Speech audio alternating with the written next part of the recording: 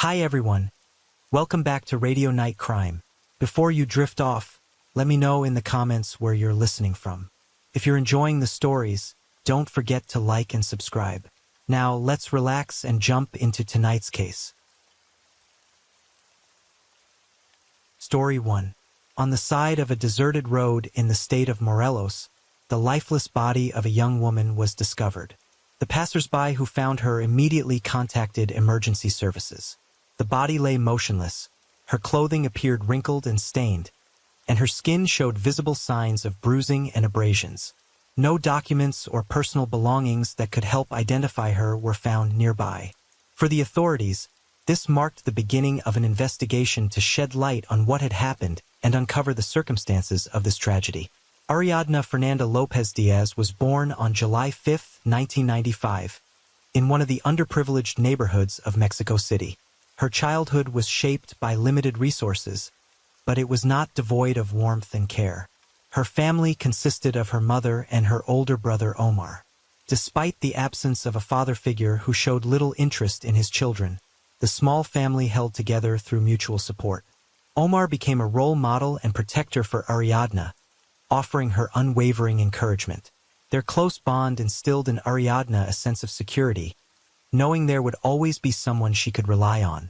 Ariadna was known for her warm and approachable personality, which made her popular among her peers.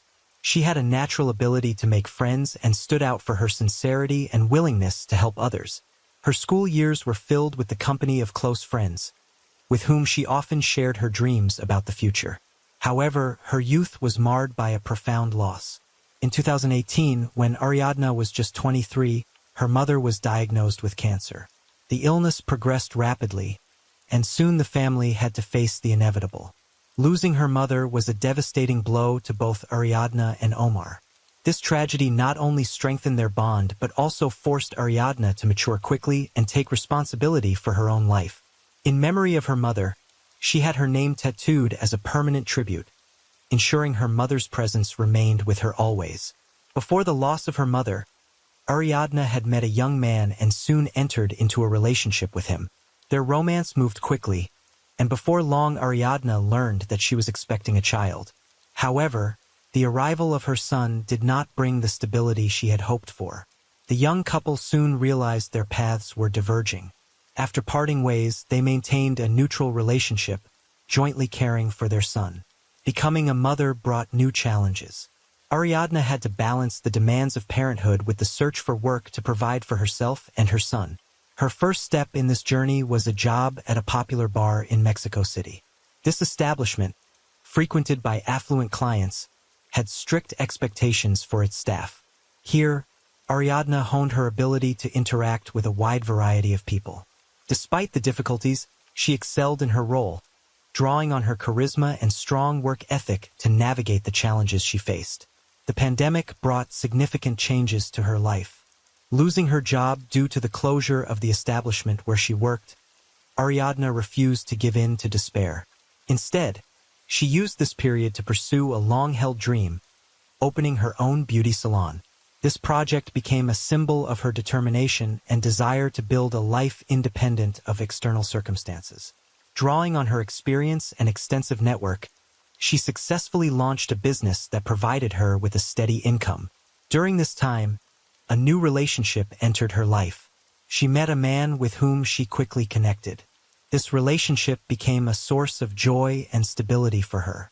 Ariadna balanced her time between her son, her work, and her partner. Her days were busy, but she managed it all, finding happiness in each new opportunity. By the age of 27, Ariadna's life resembled a completed puzzle, where every challenge and every achievement contributed to a picture of resilience and success. She had endured loss, rebuilt her life from scratch, cared for her son's future, and achieved independence. However, what seemed like the start of a happy chapter turned out to be the prelude to a tragedy.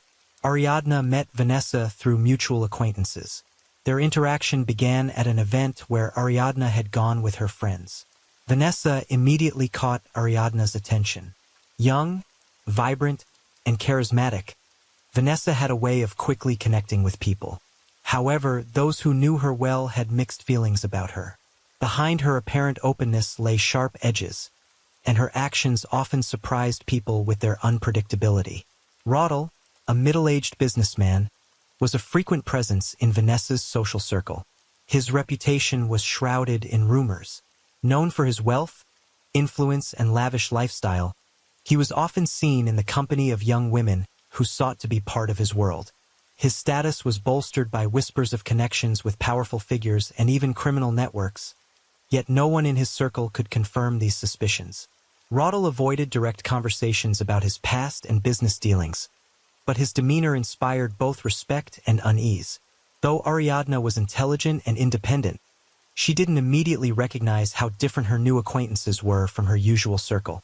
Vanessa, eager to impress, often boasted about her connections with influential people, including Roddel. She painted him as someone capable of solving any problem. Gradually, Ariadna began spending more time with them. Vanessa seemed genuinely captivated by Ariadna and went out of her way to gain her trust. Roddel, learning about Ariadna through Vanessa, quickly took an interest in her. At their first meeting, he impressed her with his attentiveness and conversational skills. His charm and confidence were undeniably appealing, and Ariadna was no exception to his allure. However, behind this charm was a more complex personality. Those who had dealings with Roddel noted his manipulative tendencies. Ariadna, however, saw him as a courteous and kind man. Vanessa continued to play a key role in strengthening the connection between Ariadna and Roddel. She frequently invited Ariadna to gatherings where Roddel was present, creating an atmosphere of trust and openness. However, over time, peculiar details began to surface. For instance, some of Ariadna's friends warned her to be cautious around these people. A few were aware of Roddel's questionable reputation and Vanessa's unpredictable nature. They hinted that these relationships could pose hidden risks. Despite the warnings, Ariadna didn't perceive any danger in her new social circle. She saw her friendship with Vanessa as an opportunity to take a break from her daily responsibilities and explore a world that had previously been out of reach. Roddel, on the other hand, worked to win her over by demonstrating generosity and friendliness. His invitations to dinners and parties seemed interesting and harmless to her. As we know, Ariadna was in a relationship with a young man. However, this didn't stop her from maintaining friendships and occasionally accepting invitations to social events. Based on available information, her partner was a trusting person and didn't express dissatisfaction with her social interactions. Over time, Ariadna began to notice that her new connections were starting to influence her life. Vanessa frequently called her, suggesting meetups and planning outings for leisure. Roddel, meanwhile, increasingly tried to solidify his presence in Ariadna's life, often offering help and support in various situations. Without realizing it, Ariadna was gradually becoming immersed in their world, unaware of the potential consequences. On October 30th, 2022, Ariadna accepted an invitation from Vanessa to spend the evening with friends. The gathering was set to begin at Fisher's, a popular restaurant located in downtown Mexico City. Vanessa assured her that it would be a cozy evening with a relaxing dinner and good company. Roddel was also expected to join, which gave Ariadna a slight sense of unease. Despite her growing reservations about him, she didn't want to strain her friendship with Vanessa and decided not to decline. The group came together later that evening. The restaurant, known for its trendy clientele and upscale interiors, provided a lively backdrop for the gathering. The atmosphere at the table was light-hearted and festive. Wine, cocktails, and an array of appetizers added to the celebratory vibe. As usual, Roddel made himself the center of attention, sharing stories and raising toasts. He interacted confidently with the waitstaff and went out of his way to showcase his influence. Vanessa supported him, adding jokes and commentary to keep the conversation flowing. The other guests followed their lead, trying to match the energy of the evening's hosts. Ariadna's behavior stood out amidst the lively atmosphere. She didn't appear completely at ease, frequently checking her phone, reading messages, and typing out responses. Her gaze often lingered on Roddel, as if she were searching for some hidden meaning in his actions or words. Vanessa made efforts to distract her, pulling her into conversations and encouraging her to try another cocktail, but Ariadna remained reserved.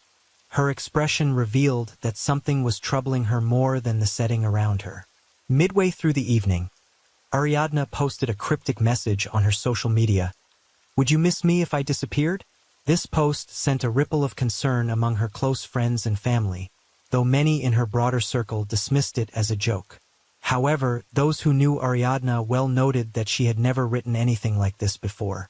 The post left an uneasy impression, though no one could have predicted it would be her last. As the evening went on, the group decided to move to Rodel's house.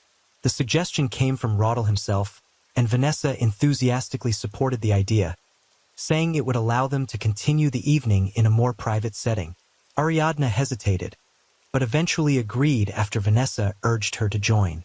The rest of the group followed suit, piling into Rodel's car for the short drive to his home.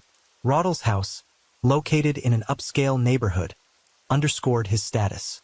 The interior featured a modern design with luxurious touches. Upon arrival, the group settled in a spacious living room. The night continued with music and drinks, but Ariadna seemed increasingly uncomfortable. She stepped away several times, checking her phone and pretending to make calls. Her distant and focused demeanor didn't go unnoticed. Vanessa, observing this, began whispering with Rodel, which only heightened the tension. Closer to midnight, Ariadna announced that she wanted to head home, citing fatigue. Vanessa, however, convinced her to stay a little longer, suggesting they could leave in about half an hour. Rodel, unusually quiet at that point, occasionally glanced at Ariadna in a way that added to her unease. As the evening wound down and the other guests started leaving, Ariadna remained one of the last to depart. Tragically, no one from the group would see her alive again. The following morning, on October 31st, 2022, an event shook the community in Morelos. Two cyclists on an early morning ride stumbled upon a woman's body lying on the side of a remote road. The area was far from any major highways, in a location rarely frequented by locals. The surroundings emphasized the tragedy: desolate terrain, sparse bushes, and an unsettling silence. The woman was clothed, but her attire was dirty and appeared damaged. Her body showed multiple bruises and what looked like contusions. Witnesses immediately reported the incident to law enforcement, who arrived several hours later. In the meantime, the cyclists took photos of the scene to document the setting and potentially aid in identifying the victim. When the police arrived, they quickly cordoned off the area and began collecting evidence. Tire tracks were found in the dirt, along with marks suggesting the body had been moved. Forensic specialists noted clear signs of a struggle, but the initial cause of death was unclear.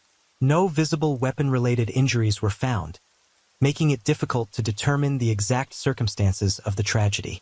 At the time, the woman's identity remained unknown, as no documents or personal items were found with her.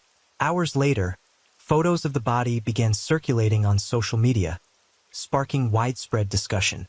Among those who saw the images were friends and family of Ariadna, who had been missing since attending a gathering at Rodel's house. Recognizing distinctive features of the victim, including tattoos, her brother Omar feared the worst. He filed a missing person report with the police and suggested that the woman found might be his sister. Meanwhile, the state authorities in Morelos launched their investigation. However, the initial response from the police faced heavy criticism. Evidence collection protocols were reportedly violated, and critical traces at the scene were poorly documented. This raised doubts about the integrity and professionalism of the local law enforcement. When Ariadna's relatives arrived to officially identify the body, their fears were confirmed. Omar recognized his sister by a tattoo on her shoulder that was a tribute to their late mother. For the family, it was a devastating shock, further compounded by the condition of her body. The bruises and injuries on her face and arms clearly indicated a violent incident. However, the police's official statements at the time provided little clarity and sounded unconvincing. The family's immediate response was a call for justice. They began demanding a transparent investigation and accountability for those responsible. That same day, they reached out to friends active on social media to bring attention to the case. What started as a small campaign quickly gained traction, drawing in thousands of people. Despite the mounting public pressure, the Morelos police maintained that the death might have been the result of an accident. They stated that further investigation would depend on the completion of a forensic examination. This stance only fueled more questions and deepened suspicions that influential individuals might be involved in covering up the truth. The first people investigators contacted were Roddel and Vanessa, as they were the last to see Ariadna alive. Their statements formed the foundation of the initial theories about what might have happened. In his initial account, Roddel claimed that after the party, Ariadna decided to leave his house by calling a taxi. He stated that she seemed a little upset but didn't show any signs of serious distress. According to him, he walked her to the door and she left, heading to an unspecified location. Vanessa supported his story, adding that Ariadna had indeed left in a taxi and hadn't mentioned her destination. However, inconsistencies in their version quickly raised suspicions. The first red flag was the lack of any evidence confirming a taxi ride. Neither Roddel nor Vanessa could provide the driver's contact information or any proof to back up their statements. Investigators later discovered that although several taxi calls had been logged in the area near Roddel's house that evening, none of the drivers reported picking up Ariadna.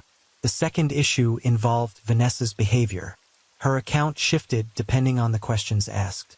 Initially, she insisted that Ariadna had left alone. Later, she added that they'd had an argument during the party, which could have upset Ariadna. Moreover, Ariadna's told police that Vanessa had messaged them, attempting to suggest that Ariadna might have harmed herself, referencing the cryptic social media post Ariadna had made earlier that evening.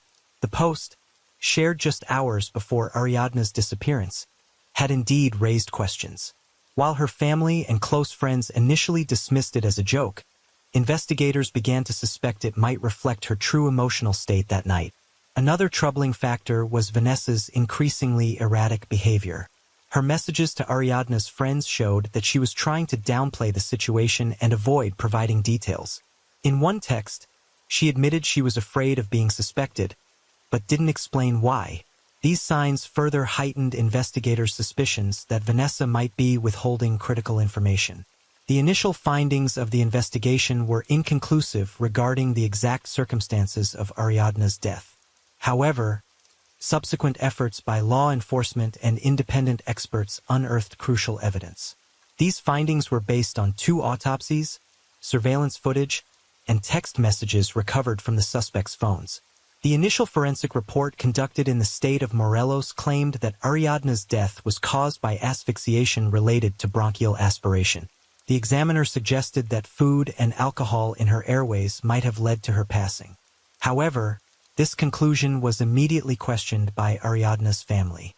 They pointed out the numerous bruises and injuries on her body that the report failed to adequately address. Despite the official findings, her family insisted on a second examination.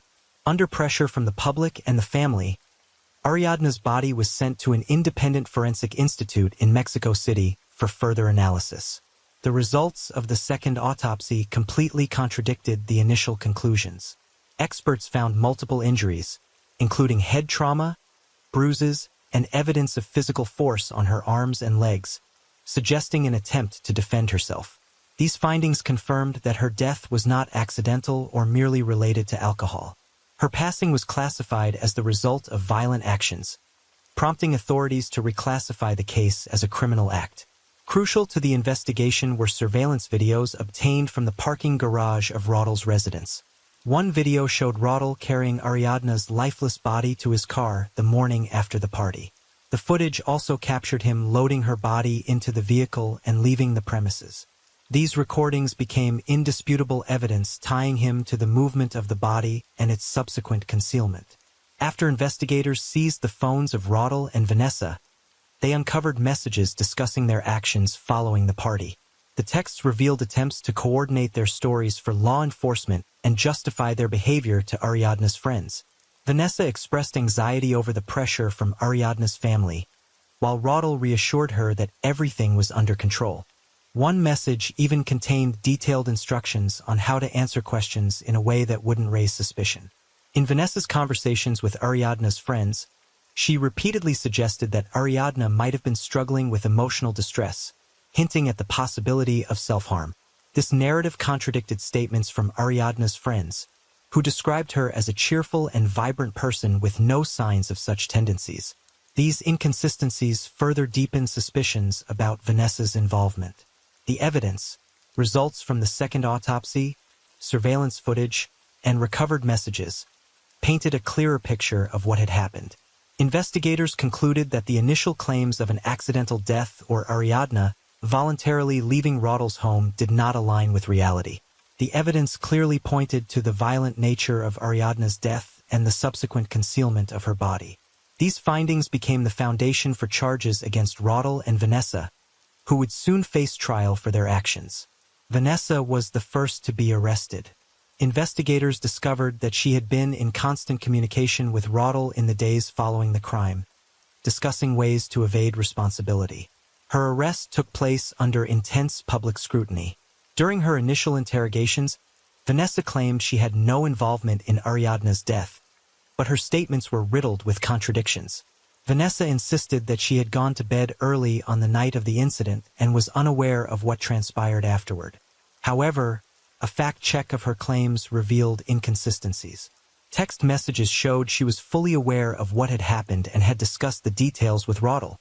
Investigators also determined that Vanessa actively destroyed potential evidence by deleting photos, messages, and other incriminating information in an effort to obscure her involvement in covering up the crime.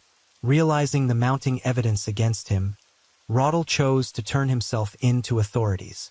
Accompanied by his lawyers, he proclaimed his innocence, stating that he did not harm Ariadna but panicked and attempted to hide her body out of fear of the consequences. According to his account, he found Ariadna unresponsive in his home the morning after the party and, believing she had passed away, decided to dispose of the body to avoid suspicion. However, his version of events raised serious doubts. First, the results of the second autopsy confirmed a violent cause of death, contradicting his claims. Second, surveillance footage showed him carrying the body with clear attempts to hide his actions rather than seeking help. Additionally, his text conversations with Vanessa revealed a coordinated effort to agree on false narratives about what had happened. As the investigation progressed, alarming information surfaced about potential corruption involving Roddle and the prosecutor's office in Morelos. The initial autopsy report, conducted in the state, had deliberately omitted references to injuries that clearly indicated violence. Activists and Ariadna's family accused the prosecutor of using their position to shield Roddle from accountability. These allegations ignited public outrage. Officials in Mexico City launched a review of the Morelos prosecutor's actions, and an internal affairs division opened an inquiry into possible misconduct. Some witnesses alleged that Roddle had connections to criminal groups, which might explain his confidence in avoiding punishment. The case gained widespread attention, becoming a symbol of systemic issues within the justice system and highlighting the role of public pressure in pursuing justice. Further interrogations and collected evidence confirmed that at least one of the suspects knew more about the events of that night than they were willing to admit. However, neither Vanessa nor Roddle accepted direct responsibility, instead focusing their statements on mutual attempts to justify their actions. Their behavior only heightened suspicions and was a key factor in their temporary detention. The motives and circumstances surrounding the tragedy that unfolded that night became the subject of a lengthy and meticulous investigation. Uncovering the truth required a careful reconstruction of events, analysis of evidence, and a close examination of the behavior of everyone present at the party. Gradually, a clearer picture began to emerge, pieced together from conflicting testimonies, technical data, and psychological profiles of the suspects. That fateful evening began at a restaurant in downtown Mexico City, where Ariadna, Vanessa, and Roddle, joined by mutual friends, enjoyed dinner and drinks. Outwardly, everything seemed ordinary. Laughter, conversation, and music, but subtle details hinted at underlying tension. According to witness statements and an analysis of text messages, Ariadna appeared unusually quiet and preoccupied. She frequently checked her phone, sending messages and answering calls, behavior that was uncharacteristic for her at social gatherings. This detail became critical later in the investigation. Her messages revealed that she had been texting a close friend, expressing unease about the party and concerns about some of the attendees. After leaving the restaurant, the group headed to Roddle's house. The property, surrounded by high walls and equipped with security cameras, was a frequent venue for private gatherings. Vanessa and Roddle acted as the hosts, but their dynamics seemed tense. Witnesses noted that Vanessa made several sharp remarks toward Ariadna, which the latter received with composure, trying to avoid confrontation. As the night progressed, alcohol began to influence the group's behavior. Vanessa, already emotionally charged, reportedly raised her voice multiple times, accusing Ariadna of being disrespectful and unfriendly. These accusations didn't resonate with others in the group but added to the escalating tension. Roddle, meanwhile, appeared to remain neutral but was visibly uncomfortable with Vanessa's behavior. A pivotal moment came early the next morning, when witnesses reported seeing Ariadna attempting to leave the party. She was briefly seen outside the house but returned shortly afterward. Investigators determined that, during this time, Vanessa continued to confront Ariadna, leading to an open conflict. While the exact details of the altercation remain unclear, investigators suspect that Vanessa accused Ariadna of drawing too much attention from Roddle. Messages retrieved from the phones confirmed that Vanessa and Roddle had discussed tense moments from that night. After most of the guests had left the party, only a few people remained in the house, including Vanessa, Roddle, and Ariadna. According to investigators, Vanessa, who was reportedly heavily intoxicated, began displaying aggressive behavior. It was during this time that an incident is believed to have occurred, resulting in the fatal injuries sustained by Ariadna. Why did Ariadna post such a strange message on social media that night? Initially dismissed as a joke, the post took on a different meaning as the investigation unfolded. Friends later confirmed that Ariadna may have felt uneasy due to Vanessa's behavior and the overall atmosphere at the gathering. The post might have been a way to express her discomfort, attract attention, or perhaps even serve as a subtle warning.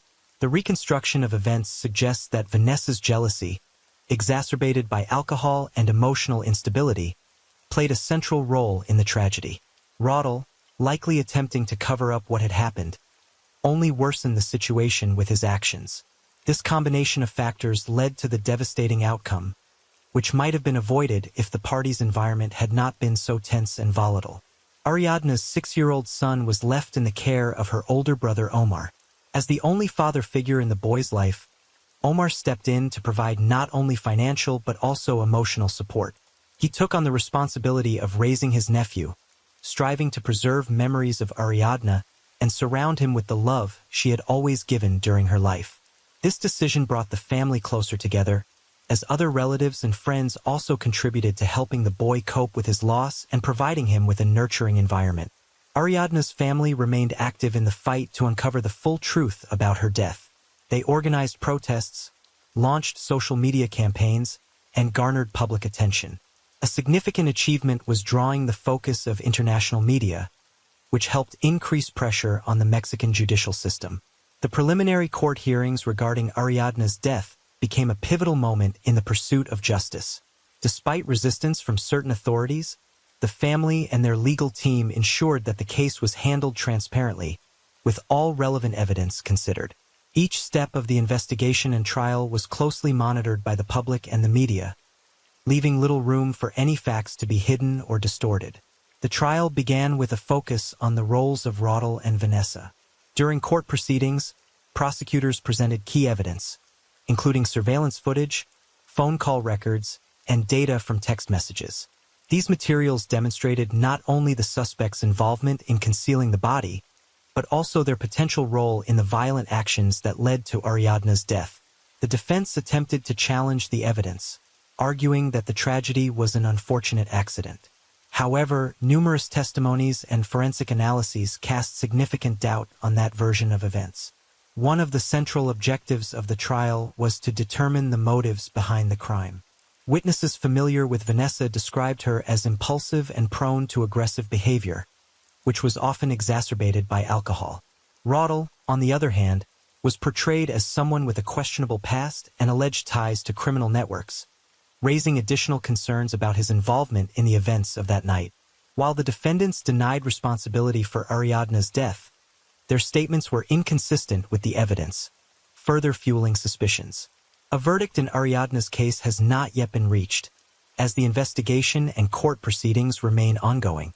Based on the evidence gathered, prosecutors have filed charges for her death, with the case potentially classified as femicide, a crime involving gender-based violence, which is considered an aggravating factor under Mexican law.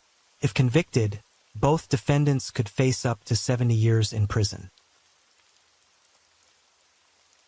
Story 2. On April 6, 2009, near Bridgend in South Wales, a truck driver pulled over to the shoulder of National Road A48. Just a few yards from the highway, at the bottom of a small ravine, he noticed an old suitcase partially concealed by tall grass. The unusual placement and shape of the suitcase sparked his curiosity. Deciding to inspect it, he unzipped the bag and was horrified to find a human hand. Shocked by the discovery, the driver immediately contacted emergency services.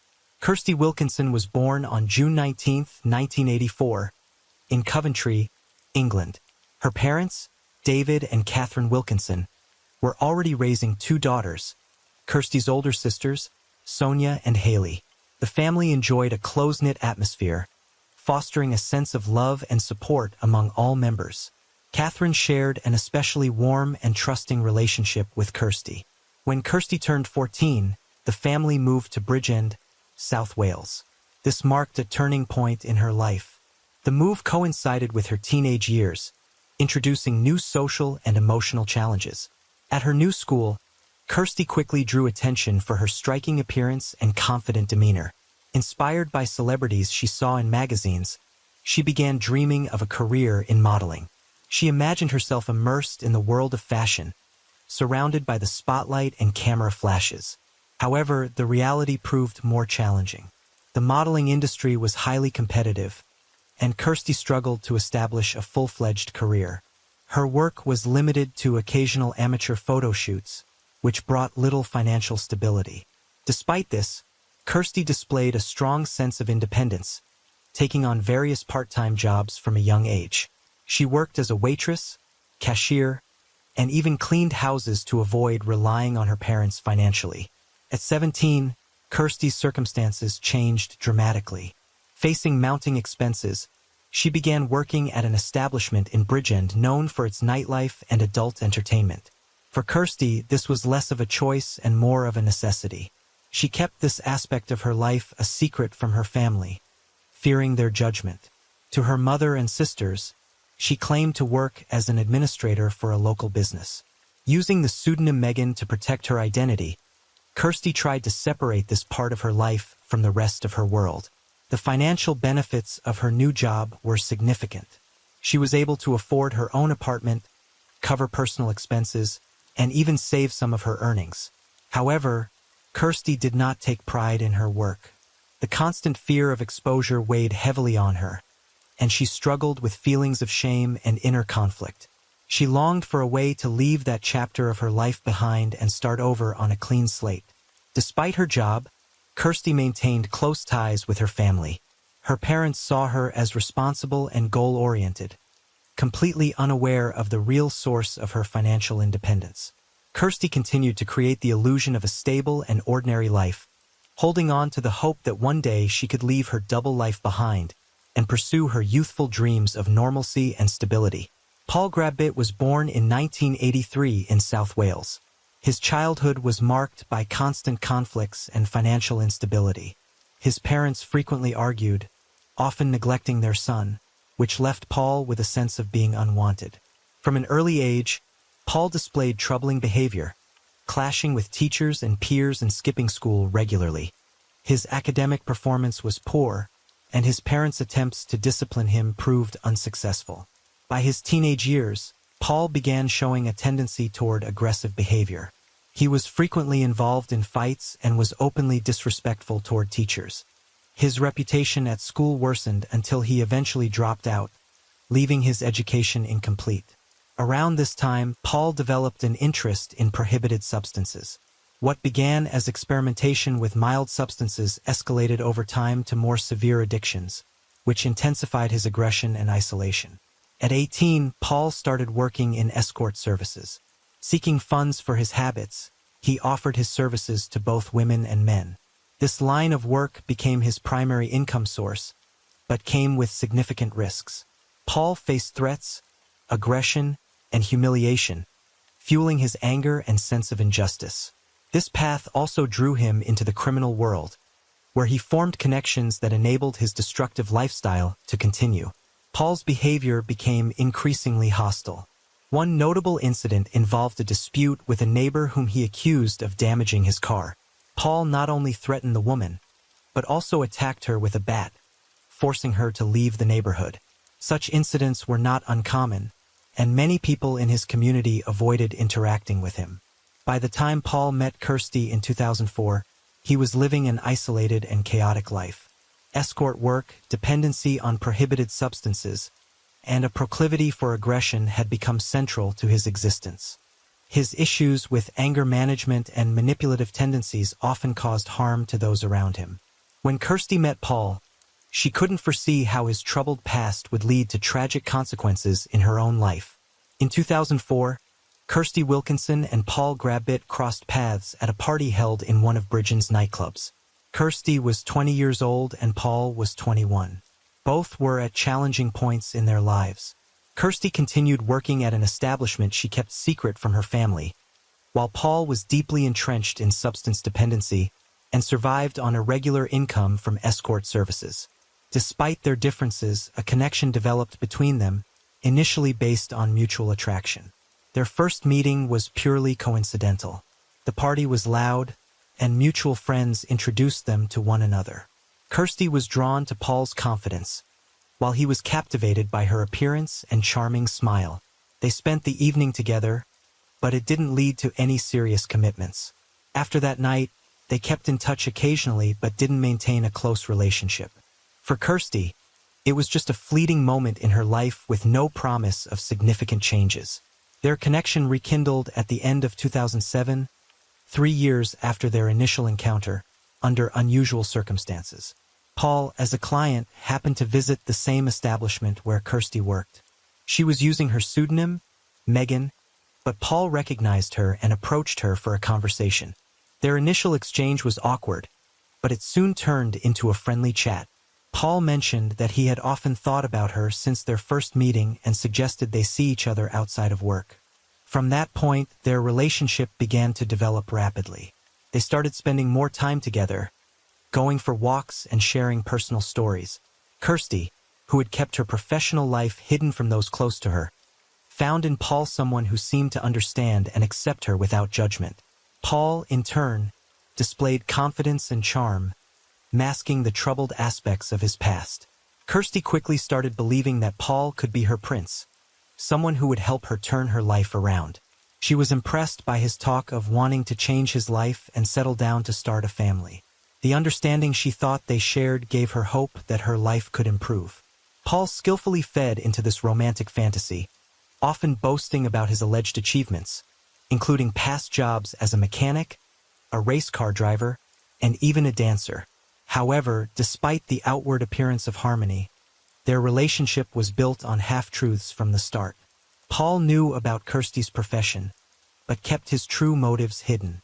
To him, she represented not just a romantic interest but also a potential financial safety net. Kirsty, on the other hand, trusted in the sincerity of their bond and began to confide in Paul more than she had in anyone else. In December 2007, just weeks after reconnecting with Paul, Kirsty surprised her mother, Catherine, by announcing her engagement. According to Kirsty, Paul had proposed, and she had accepted without hesitation.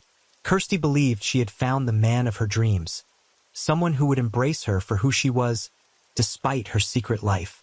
The news came as a complete shock to her family, as none of them were even aware of Paul's existence.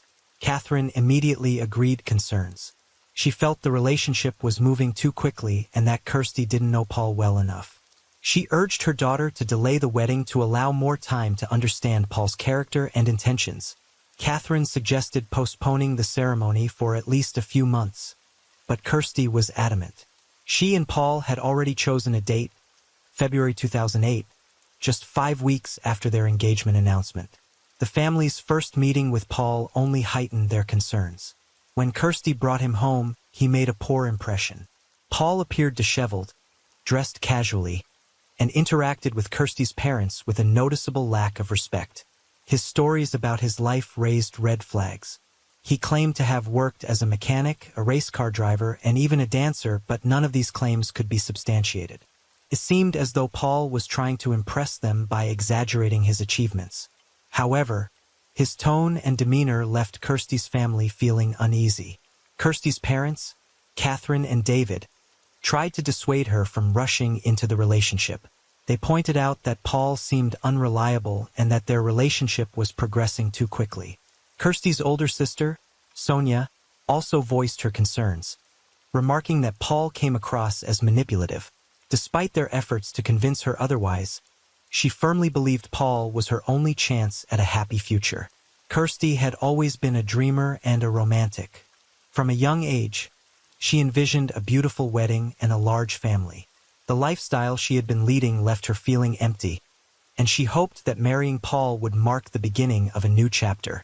Determined to follow her dream, she ignored all the warnings. She even convinced herself that her loved ones simply didn't understand her feelings. Despite their reservations, Kirsty's family chose to support her on her wedding day. The ceremony took place in February 2008. Her parents and sisters attended, though their smiles masked their unease. Paul, on the other hand, appeared pleased and confident. For Kirsty, it was the day her dreams came true, but for her family, it marked the start of her growing estrangement. They felt she was overlooking the troubling signs that would later lead to tragic consequences. After the wedding in February 2008, Kirsty and Paul began their life together in her apartment in Bridgend. From the outset, Paul imposed his own rules, which quickly escalated into complete control. He moved into Kirsty's home without discussion and immediately took charge of her finances. Paul insisted on gaining access to her bank account, claiming it was necessary to manage their money more effectively. Kirsty, still caught up in her romantic fantasy, didn't object. It soon became evident that Paul had no intention of contributing to their shared well-being. He made no effort to find a job and spent most of his time at home, while Kirsty continued working to support them both. Furthermore, Paul began interfering in her professional life. Instead of discouraging her work, he suggested she take on more clients to increase their income. To him, this was a way to cover their growing expenses, showing no regard for Kirsty's feelings or well-being. Paul's control extended beyond words. He began accompanying Kirsty to her workplace under the guise of ensuring her safety, but in reality to monitor her schedule and ensure she met his demands. Over time, he started finding new clients for her online. Paul created multiple accounts on various platforms, advertising Kirsty's services. As a result, her workload became even more demanding. On top of her shifts at the establishment, she started meeting clients at home. This situation quickly became emotionally devastating for Kirsty.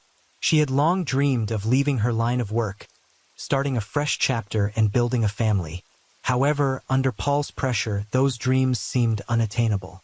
Despite her reluctance to continue, Paul used persuasion and manipulation to convince her that this was the only way to maintain their relationship and financial stability. He exploited her sense of responsibility and love for him as leverage. Paul's control was not limited to finances. He also began interfering in her personal life. He demanded explanations for her every move, checked her phone, and forbade her from speaking with certain friends. He insisted that some of them had a negative influence on their relationship. Gradually, Kirsty became isolated, left without support or anyone to confide in. The early signs of Paul's manipulative behavior included his attempts to undermine Kirsty's confidence. He made comments about her appearance, pointing out perceived flaws, and instilled the belief that she couldn't succeed without him. These remarks chipped away at her self-esteem, making her increasingly dependent on him. Paul also exhibited extreme mood swings, shifting from tenderness and care to irritation and aggression, further deepening Kirsty's sense of insecurity. As time passed, Paul became even more assertive. He began introducing others into their personal life under the pretext of adding variety to their relationship. Kirsty was firmly against this idea, but to avoid conflict, reluctantly agreed. However, such situations only deepened her internal turmoil. She began to feel as though her body and life no longer belonged to her. Kirsty tried to maintain the appearance of a family life, but inside, she was consumed by doubt and fear. Paul continued to assert his dominance, completely disregarding her feelings and needs. She frequently recorded her thoughts in a journal, but she lacked the strength to stand up against Paul's growing control. Her life had become a constant struggle to hold on to what little independence she had left, all while enduring relentless pressure and manipulation from Paul. Over time, Paul's controlling behavior escalated into overt aggression. The first instances of physical confrontations occurred a few months after the wedding. One evening, Paul, upset that Kirsty hadn't earned what he considered enough money, started an argument that turned into shoving and striking her. For Kirsty, it was a shocking experience, but Paul quickly apologized, promising it would never happen again. However, his apologies were merely temporary. Soon, these episodes became regular, and the severity increased. Paul began using aggression as a tool to break Kirsty's will. When she refused to comply with his demands, he would escalate from threats to physical actions. One such instance occurred when Kirsty attempted to discuss her desire to leave her job at the establishment. Paul rudely interrupted her, called her ungrateful, and struck her. Afterward, he tightened his control, further restricting her ability to make decisions independently. Kirsty's mother, Catherine, began suspecting that her daughter was unhappy in her marriage. She tried to have an open conversation with her, but Kirsty either avoided the topic or diverted the discussion. Sensing danger, Catherine warned her that Paul could pose a serious threat to her safety. However, Kirsty dismissed these concerns, convinced that she could change the situation with patience. Kirsty's inner doubts grew, but she clung to the hope that things might improve. Her diary entries revealed that she recognized the toxic nature of her marriage, but couldn't muster the strength to leave. Fear of the unknown, feelings of guilt, and her psychological dependence on Paul kept her trapped in a relationship that was steadily eroding her sense of self. On March 28, 2009, Kirsty and Paul decided to spend the evening with friends at a nightclub in Swansea. Throughout the night, they consumed alcohol and other substances, which was not unusual for them. According to witnesses, there were moments of tension between the couple, leading to periodic arguments. Paul appeared irritable, while Kirsty seemed to be avoiding conflict. The night culminated in a heated argument close to midnight, after which Paul left the party and went home alone, leaving Kirsty with their friends. Not wanting to follow him immediately, Kirsty decided to stay and finish the evening with her friends. They later described her as appearing tired and downcast, but trying not to show her emotions. Late that night, Kirsty called a cab to take her home.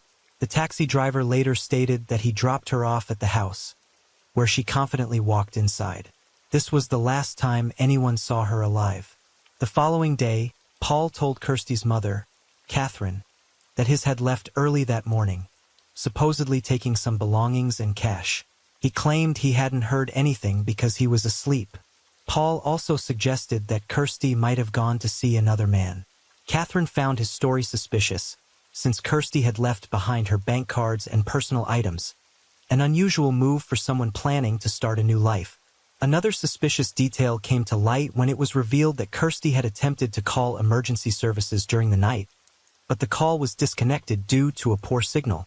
Police later discovered that, around the time Kirsty allegedly left, neighbors reported hearing muffled screams and sounds of a struggle.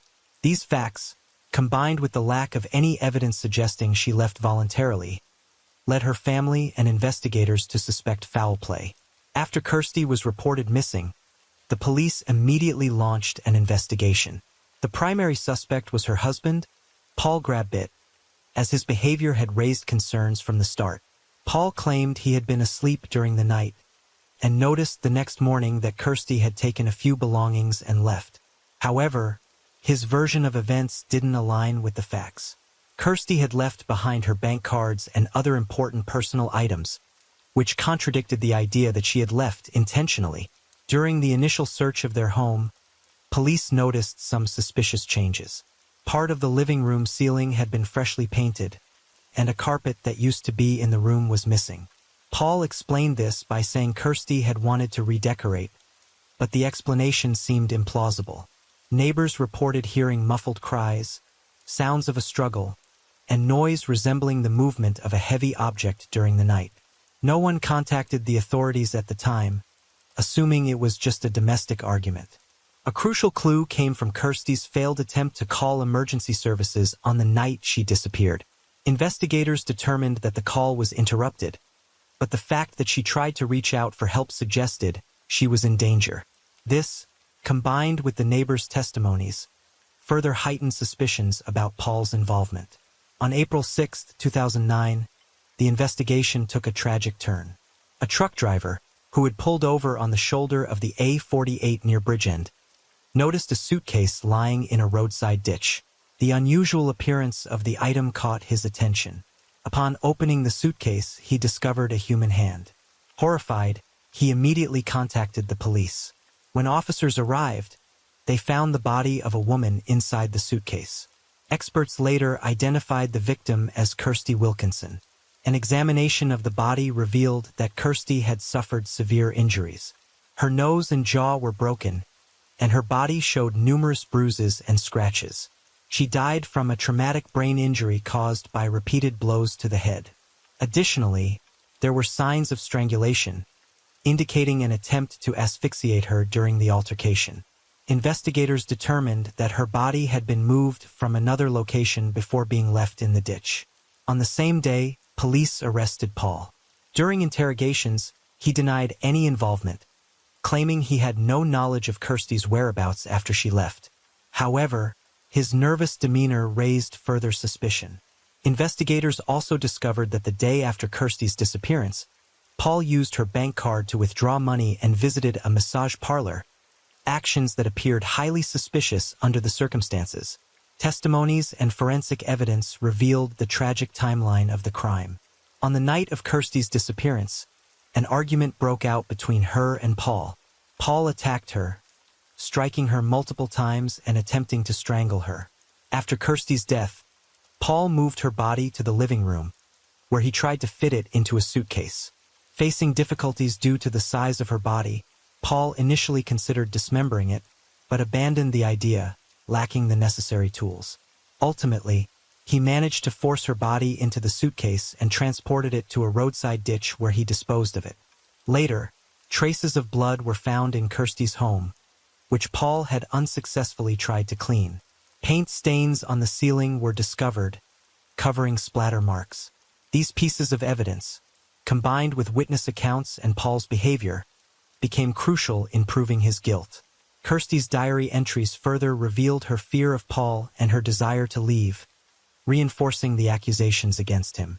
The trial of Paul Grabbit began in early 2010. Prosecutors presented a detailed timeline of events based on evidence collected by police and witness statements. Key pieces of evidence included the bloodstains in the living room, which Paul attempted to conceal by repainting the ceiling and removing the carpet. Forensic experts confirmed the blood matched Kirsty's and indicated a violent confrontation. Injuries on her body showed signs of severe aggression. Witnesses, including neighbors, reported hearing sounds of a struggle and muffled cries from the house on the night Kirsty disappeared. A taxi driver confirmed he dropped Kirsty off at her home shortly before her death. Police presented records of Kirsty's call to emergency services that failed due to a poor signal, indicating she had tried to seek help. Another critical piece of evidence was Paul's use of Kirsty's bank card for transactions, including withdrawing money and visiting a massage parlor after her death. During the trial, Kirsty's diary entries were read aloud. In them, she described her fear of Paul, his manipulative behavior, and his aggression.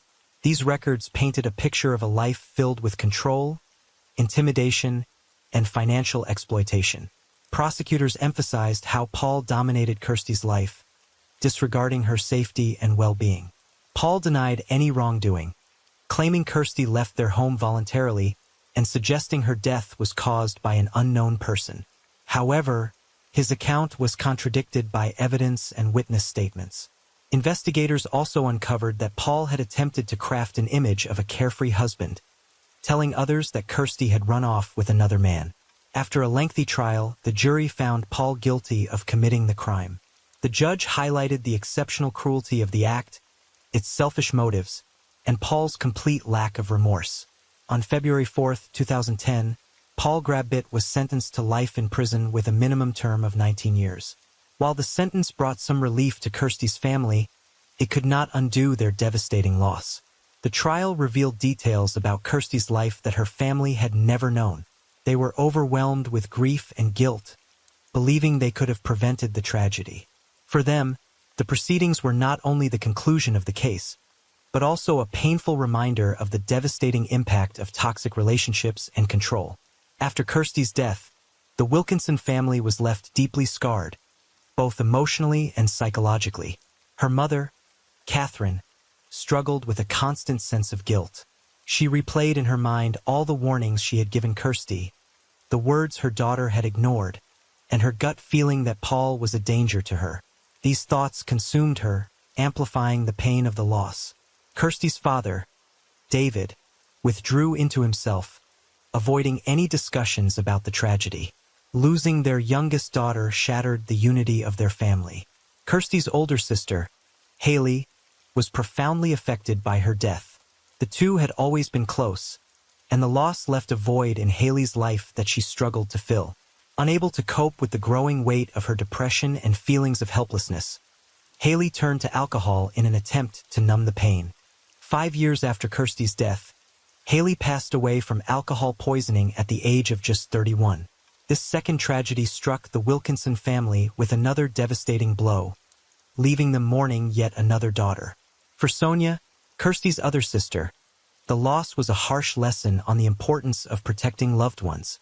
She tried to support her parents but carried her own deep sense of sorrow. The Wilkinson family was left with a wound that no verdict or sentence could heal. The tragedy destroyed their lives, leaving behind a lasting mark that they would carry with them forever. Story 3. On November 23, 2013, in the Santa Cruz Harbor, California, one of the most influential figures in the tech industry, Forrest Hayes, was found deceased. His body was discovered aboard his luxury yacht, the Escape, which he personally owned. Forrest was found unconscious in one of the cabins, and efforts to revive him were unsuccessful. The first responders were local law enforcement, summoned by the yacht's captain. The discovery of the body was surrounded by several puzzling circumstances. Forrest was found lying on his back, showing no signs of struggle. A noticeable injection mark was visible on his arm, but no syringe or medical supplies were found nearby. This immediately raised questions for investigators, prompting them to consider whether this was an accident or a deliberate act. The cabin where Forrest was found was in disarray. On a small table in front of him were 2 wine glasses, one of which bore lipstick marks, suggesting he had company. All the windows were carefully covered with curtains, and the lighting was dim, creating an air of privacy. The scene seemed oddly staged, yet there were no overt signs of violent behavior. The yacht's captain informed the police that Forrest frequently used the vessel for private outings. He mentioned that while Forrest often enjoyed spending time alone on the yacht, he occasionally entertained guests. However, the captain did not see anyone board or leave the yacht after Forrest embarked on this particular trip. The coroner's initial examination suggested the possibility of an overdose on substances as the cause of death. However, at the onset of the investigation, it was unclear whether this overdose was accidental or intentional. The absence of a syringe near the body raised more questions. Had the syringe been removed intentionally, or was it never there to begin with? In search of leads, investigators began delving into Forrest's life, his contacts, business dealings, personal relationships, and the events leading up to his death. The key question was, who had been with Forrest during the final hours of his life? The wine glass with lipstick and the lack of clear evidence at the scene hinted at the presence of a woman. Yet neither the captain nor the harbor staff reported seeing anyone leave the yacht after Forrest boarded it. The investigation started with an examination of Forrest's phone, which was found near his body. A preliminary review of his apps and messages did not reveal anything suspicious. However, the detectives decided to conduct a deeper dive into his personal life. Despite Forrest's flawless professional reputation, investigators suspected he might have had a hidden side of his life that could offer clues about what had happened. Through a detailed investigation of Forrest's connections and habits, it became evident that his seemingly perfect life might have concealed unexpected secrets. Uncovering these became a primary focus for law enforcement as they worked to understand what transpired aboard the Escape that fateful evening. Forrest Hayes was born on May 10, 1962, in Dearborn, Michigan. From an early age, he displayed remarkable learning abilities. His curiosity, knack for solving complex problems, and natural charisma made him a leader among his peers. Teachers and classmates frequently remarked on his magnetic personality and drive for excellence, qualities that laid the foundation for his future professional success. After graduating high school, Forrest enrolled at a prestigious university where he studied engineering and computer science. He quickly mastered the cutting-edge technologies of the era and began developing his own projects, which caught the attention of major tech companies. His career took off in the early 1980s, a period when the information technology industry was just beginning to flourish. A pivotal moment in Forrest's career came when he joined Apple in 2005. At the time, Apple was undergoing rapid growth and was actively developing groundbreaking products such as the iPhone and iPad. Forrest secured a position in one of the company's key departments, responsible for creating innovative technologies. His contributions to Apple's projects were so significant that he quickly earned the respect of his colleagues and leadership. Forrest was more than just a skilled professional. He was an innovator. He had a rare talent for finding unconventional solutions to complex challenges, making him an indispensable member of the team. Colleagues recalled his relentless drive to implement forward-thinking ideas that enhanced the functionality and accessibility of Apple's products. During his tenure, Forrest worked on technologies that later became industry standards. However, Forrest's ambitions didn't allow him to rest on his laurels. Soon, he accepted an offer from Google, joining the global tech giant in 2007. At Google, he became part of Google X, a division dedicated to developing cutting-edge technologies. His role involved coordinating projects related to autonomous vehicles, smart devices, and other forward-looking innovations. Among his achievements, Forrest contributed to the development of self-driving vehicle systems, a groundbreaking advancement in the field of autonomous transportation. Colleagues described Forrest Hayes as someone who could inspire a team and guide them toward ambitious goals.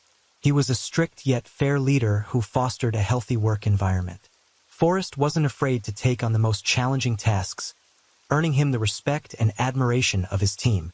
His ability to combine strategic thinking with attention to detail allowed him to successfully lead large-scale projects that shaped the future of technology.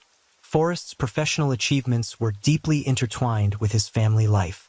In 1996, he married Denise Hayes, forming a strong bond built on mutual understanding and support. The couple had 5 children: Lauren, Daniel, Lily, Roscoe, and Zosia. Forrest was not just a successful businessman. He was also a devoted father. Despite his demanding work schedule, he always made time for his family. According to those close to him, he cherished spending time with his kids, organizing family trips, and creating traditions that brought them closer together. Forrest's family life appeared to be harmonious. Their home, valued at $3 million, was located in one of California's most prestigious neighborhoods, offering a haven of comfort and tranquility. However, Forrest's greatest joy came from outings on his yacht, the Escape. For him, the yacht was more than just a vessel. It was a symbol of family unity. He frequently took his family on short trips, enjoying quality time and relaxation away from the hustle of city life. Colleagues and friends admired Forrest's ability to balance his professional success with his dedication to his family. He served as an example of how to juggle career achievements with personal commitments. His meticulous nature and drive to excel in everything he did left a lasting impression on those around him. Yet, despite the outward harmony, Forrest occasionally confided in close friends about feeling a sense of emptiness. He felt as though he had achieved everything he could dream of, but it didn't bring him complete fulfillment.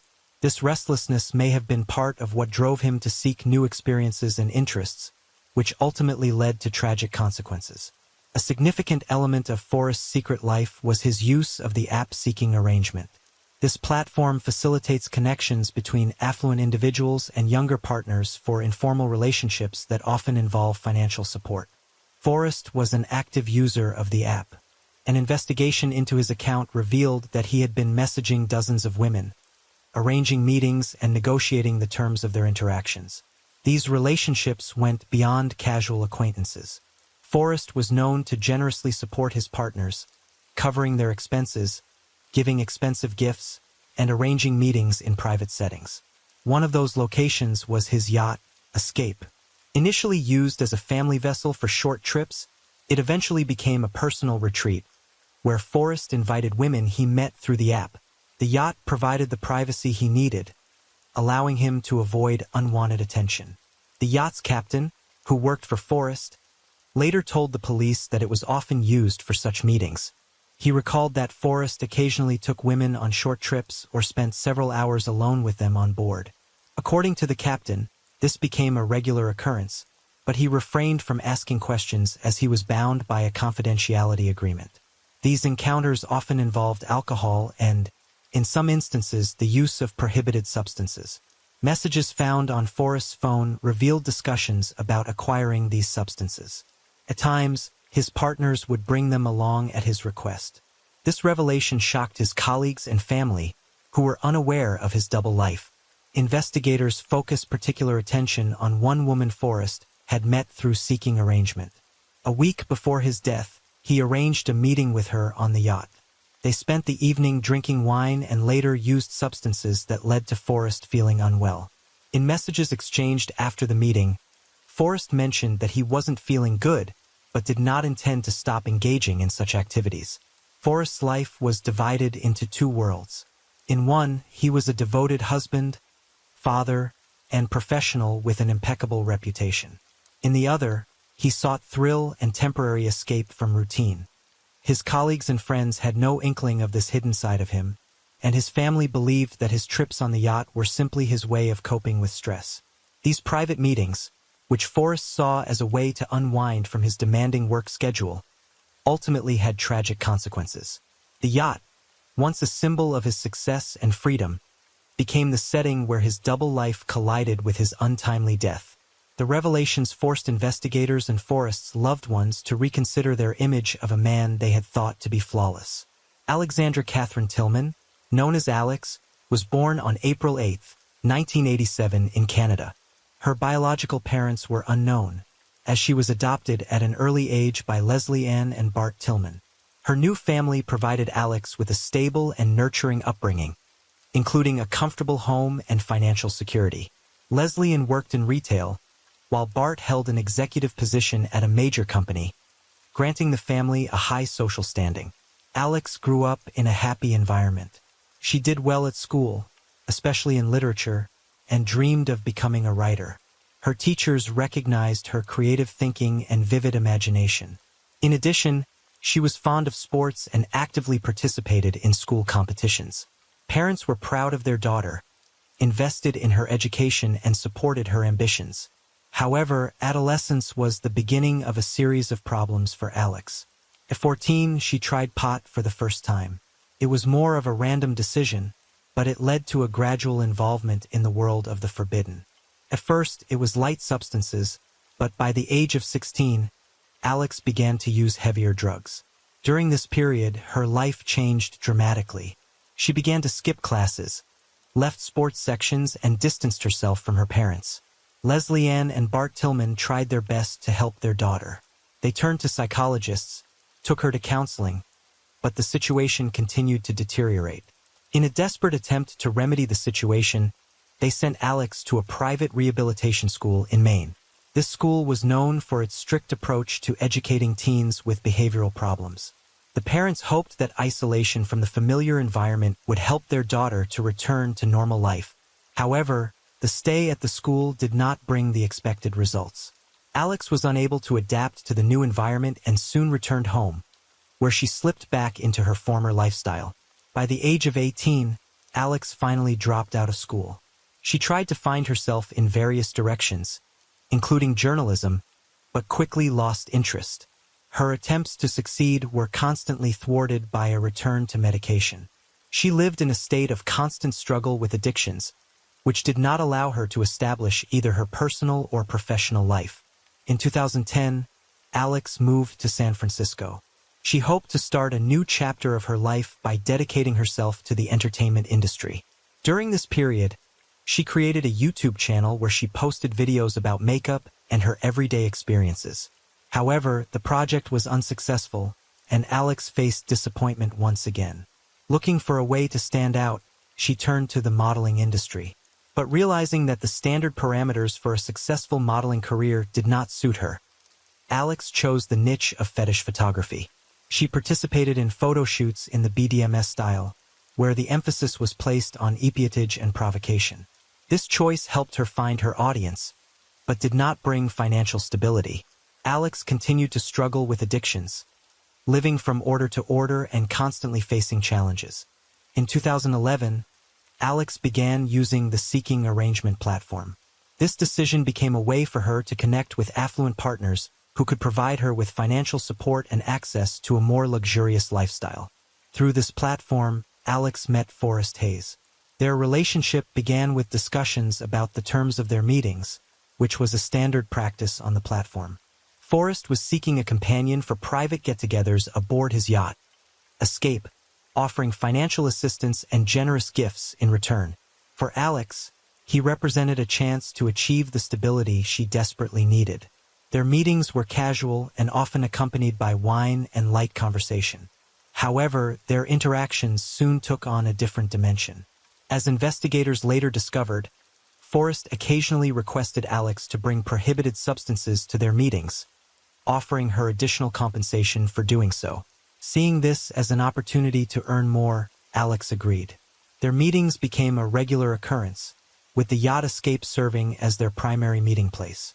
One of the significant figures from Alex Tillman's past was Dean Riopelle, a musician, businessman, and owner of popular nightclubs in Atlanta. Their relationship began in 2011 and quickly garnered attention due to the considerable age gap between them. Dean was 51 at the time, while Alex was just 24. However, neither of them seemed to mind the difference, fully immersing themselves in an intense and vibrant lifestyle. Dean was not only a successful entrepreneur, but also a passionate rock musician. His clubs were central to Atlanta's music scene, and his band regularly performed at these venues. Dean was known for his charisma, energy, and love for a free-spirited way of life. For Alex, who was searching for both stability and attention, Dean became a prominent figure in her life. Their relationship embodied the romanticized chaos of rock and roll, wild parties, travel, and a carefree existence. Yet beneath the glamorous surface of their relationship lay significant conflicts. Dean's friends and colleagues noted that Alex often instigated arguments. Her impulsive nature, exacerbated by alcohol and substance use, made their relationship volatile. In September 2013, just weeks before the tragic events involving Forrest Hayes, Alex filed a police report alleging aggression by Dean. However, when officers arrived, they found a very different situation. According to witnesses, Alex had been acting erratically that night. She had consumed too much alcohol, caused a scene at one of the clubs, and physically lashed out at Dean, even biting his finger and leaving visible marks. As a result, Alex herself was charged with filing a false report and assault. This incident highlighted the ongoing strain in their relationship, which, despite mutual affection, was unraveling under the weight of constant conflict. A few weeks later, on September 24, 2013, Dean Riopelle was found unconscious in his home. Alex called emergency services, reporting that he had collapsed after a long night of partying. She claimed she had stepped into the bathroom briefly, and when she returned, she found him lying on the floor. Paramedics arrived and pronounced him dead at the scene. An autopsy revealed that the cause of death was a heart attack brought on by an overdose of prohibited substances. However, this conclusion raised doubts among Dean's friends and family. They insisted that Dean had a strong aversion to using drugs and avoided even basic painkillers. His firm stance on the matter made the official ruling on his death seem inconsistent. Despite their concerns, the case was closed due to a lack of evidence suggesting foul play. Dean's death, initially labeled an accident, resurfaced in 2014 when Alex was arrested in connection with the case of Forrest Hayes. During the investigation, police uncovered similarities between the two incidents. The substances that led to Forrest's death were identical to those found in Dean's system. This discovery prompted the reopening of the inquiry into Dean's death. Additionally, Alex's cryptic posts on social media further fueled suspicions. In one post, shared a few months after Dean's passing, she wrote, "Death is always near. Could be closer than you think." These words sparked widespread speculation, though Alex never offered an explanation or clarification. Dean's family supported the reopening of the case, arguing that the initial investigation had been superficial. They believed Alex's behavior in connection to prohibited substances suggested her possible involvement in his death. However, no concrete evidence was ever found to link her directly to the incident. The parallels between the deaths of Dean Riopelli and Forrest Hayes led investigators to suspect that Alex's actions might not have been mere coincidences but part of a larger pattern. Still, despite the renewed focus, Dean's case remains officially closed, and Alex's alleged involvement has never been proven. This ambiguity continues to leave lingering questions that may never be answered. Investigators were able to reconstruct the events of the night Forrest was found deceased, thanks to a combination of evidence, witness accounts, and video recordings retrieved from cameras aboard the yacht. On November 23, 2013, Forrest arrived at the escape in the afternoon, as was his routine, and boarded alone. Shortly afterward, Alex Tillman joined him on the yacht. According to the captain's testimony, Forrest had requested that the crew leave the yacht for the evening, explaining that he wanted privacy and a quiet night to relax. Several cameras on the yacht were still operational. The footage revealed Forrest and Alex in the main cabin, talking, laughing, and drinking wine. Alex had brought a bag with her, which, as later confirmed, contained substances and syringes. As the evening progressed, the conversation became more casual, and Alex retrieved a syringe filled with a substance. She injected herself first, and then offered it to Forrest, who agreed. The camera captured the exact moment of the injection. Shortly after Forrest received the dose, his condition deteriorated rapidly. He lost consciousness and collapsed onto the couch. Initially, Alex didn't grasp the seriousness of the situation. She continued sipping her wine and looking around the cabin. Eventually, she tried to revive Forrest, shaking him by the shoulders, but he didn't respond. Realizing that Forrest wasn't waking up, Alex panicked. Her actions became frantic as she began gathering her belongings, including the syringes and remaining substances, in an attempt to remove potential evidence. She then wiped the wine glass she had used, attempting to remove lipstick marks. Though she missed some, the camera also showed her hastily drawing the curtains in the cabin, inspecting the scene, and ensuring that no clear evidence of her presence remained. Afterward, Alex left the yacht without notifying anyone of what had happened. She left Forrest unconscious, lying on the couch. For the next several hours, no one disturbed him. It wasn't until later, when Forrest's concerned wife contacted the captain, that he returned to the yacht and discovered Forrest's body. The investigation revealed that Alex had tried to disappear after the incident. She turned off her phone and left the marina, likely to avoid detection. However, the yacht's video recordings, along with traces of lipstick on the wine glass, fingerprints, and text messages between Forrest and Alex on his phone, allowed investigators to piece together the sequence of events.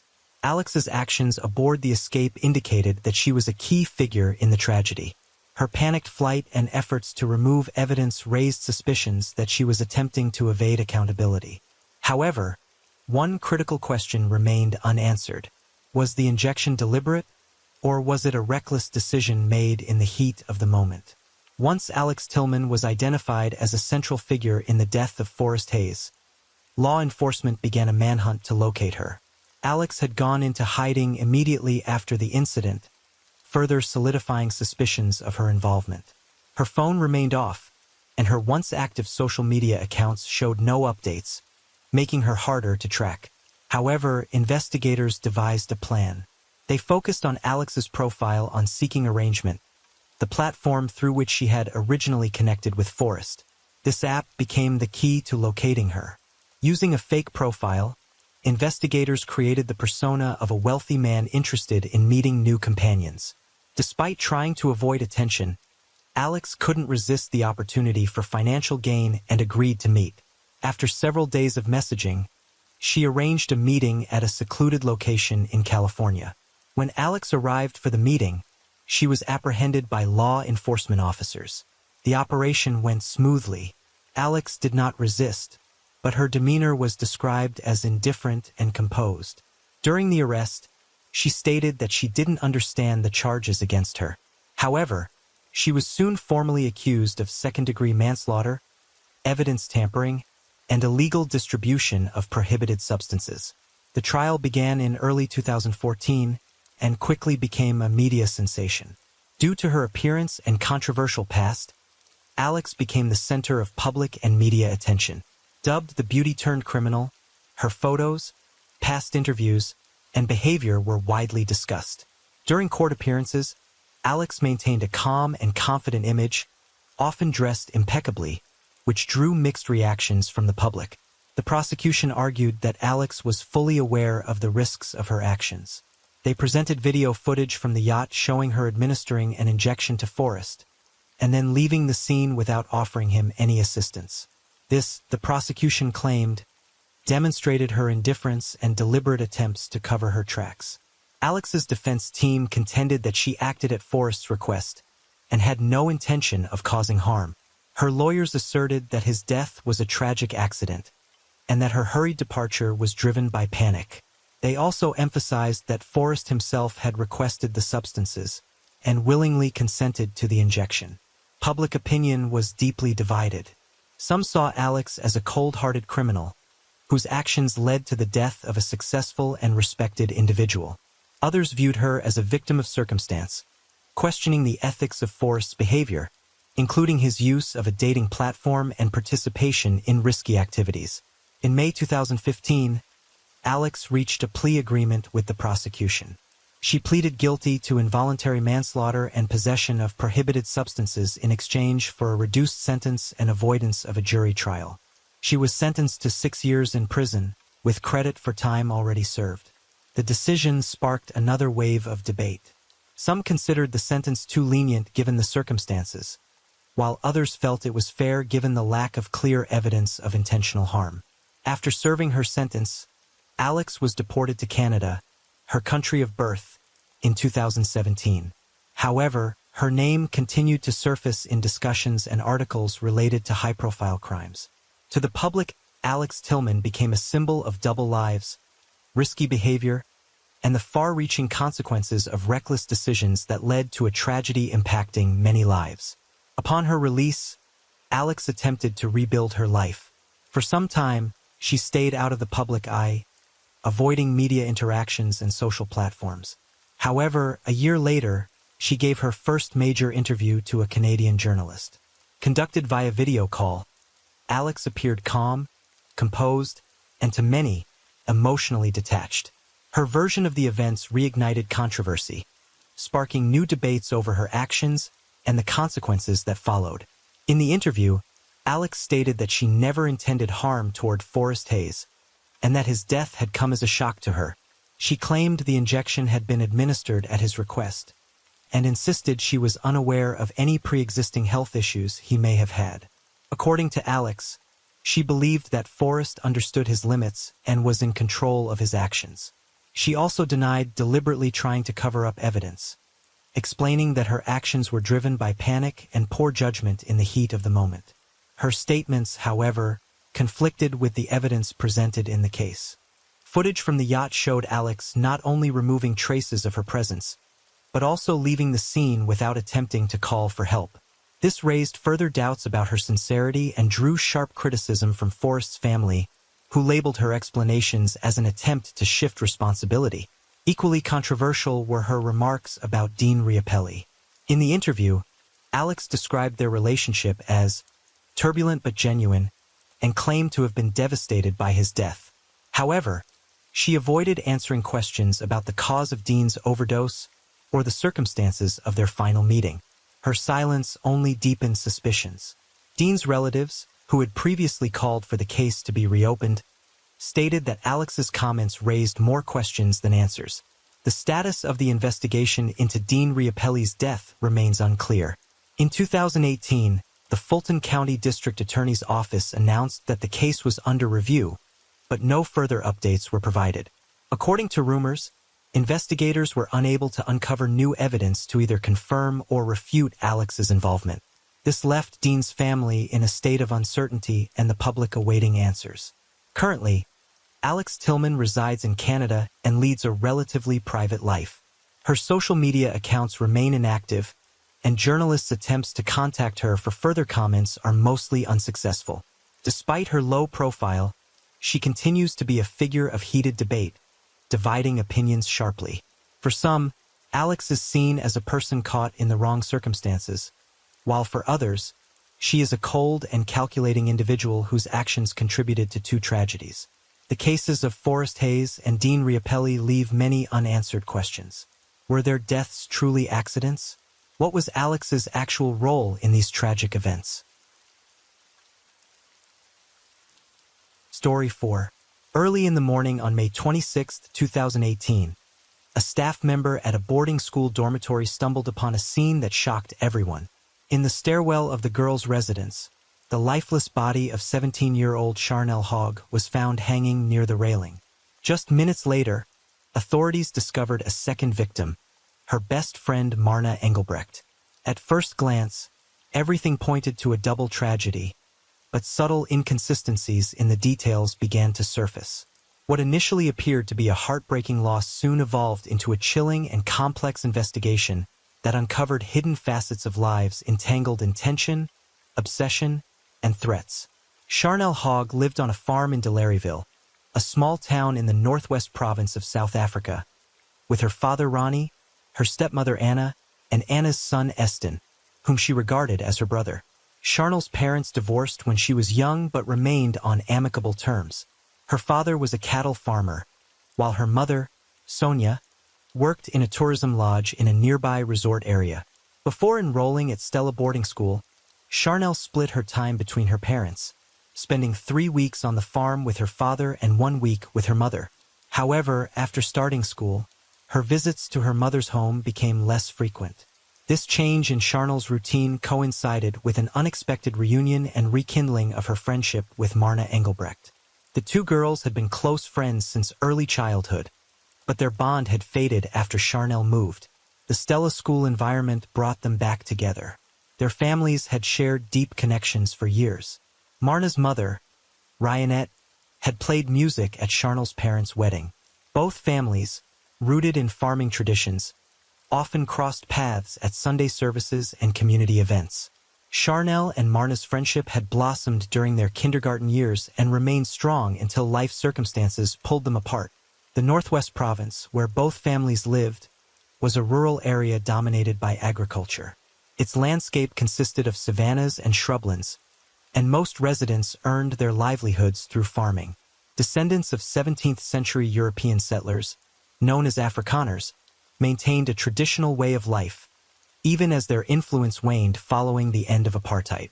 This cultural continuity bonded the Hogg and Engelbrecht families, reflecting their shared heritage and values. 8 years after their childhood separation, fate brought Charnel and Marna together again at Stella boarding school. Both girls enrolled in 8th grade, and their friendship quickly rekindled. For Charnel, the boarding school, located in a small town far from her farm life, represented a significant shift from the familiarity of her family to the independence of boarding school life. Her father, occupied with managing the farm, and her mother, living at a distance, were no longer as present in her daily life. In this new environment, Charnel's friendship with Marna became an essential source of support and comfort. In March 2017, Charnel Hogg first noticed Xander, an 18-year-old graduate of the same boarding school she attended. He caught her attention with his athletic build, thick dark hair, and striking green eyes that complemented his confident demeanor. Although Xander had already graduated, he maintained ties with the local community and frequently visited areas near the boarding school. His family had a complicated history. His parents, Monty and Mercia, divorced when he was still young. Xander lived on his father's farm, located about 50 miles from Stella, but occasionally visited his mother, with whom he shared a less close relationship. Before Xander entered Charnel's life, her days were filled with shared interests and adventures alongside her best friend, Marna Engelbrecht. The two bonded over their love for animals and horseback riding, a hobby that remained central to their lives. Charnel also had a passion for photography and dreamed of turning it into a career, though her father, Ronnie, believed she had the potential to pursue modeling. Marna, a diligent student with a knack for math and science, aspired to become a veterinarian, inspired by her childhood experiences on the family farm. Marna lived with her parents near the town of Ryberg. Her father, Stefan, was a well-respected drilling specialist who shared a close bond with his younger daughter, affectionately calling her Marna Thinker for her calm and thoughtful nature. Her mother, Rhiannette, worked as a caregiver, while her older sister, Rhianne, played a significant role in the family dynamic. Marna's family was known in the community for their close-knit relationships, and their life seemed harmonious and stable. The two friends shared a dorm room at the boarding school and spent most of their free time together. Charnel was known for her charisma, while Marna stood out for her intelligence and kindness. On weekends, they often returned to their respective homes, but occasionally stayed with one another's families.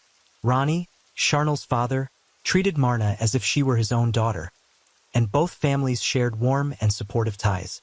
While the girls' lives appeared full of happiness and stability on the surface, this facade hid a far more complex reality. Xander, who had recently entered Charnel's life, carried a troubled past. The divorce of his parents and challenges during his childhood had shaped not only his outward confidence, but also an underlying tension within him. Xander's mother, Mercia, had always seen him as a special child. After enduring multiple heartbreaking struggles to become a mother, she gave birth to him despite a difficult pregnancy fraught with complications. His early health challenges only strengthened their bond, and Mercia became a highly protective and devoted mother, even as Xander grew older. In contrast, his father, Monty, a former police officer, raised Xander with strict discipline, instilling in him a love for sports, hunting, and outdoor activities. From a young age, Xander joined his father on fishing trips, shooting practice, and forest outings, which became integral to their time together. Despite his strong physical build, Xander had a complicated personality. During his school years, he was known for his success in rugby, but his temper often led to conflicts.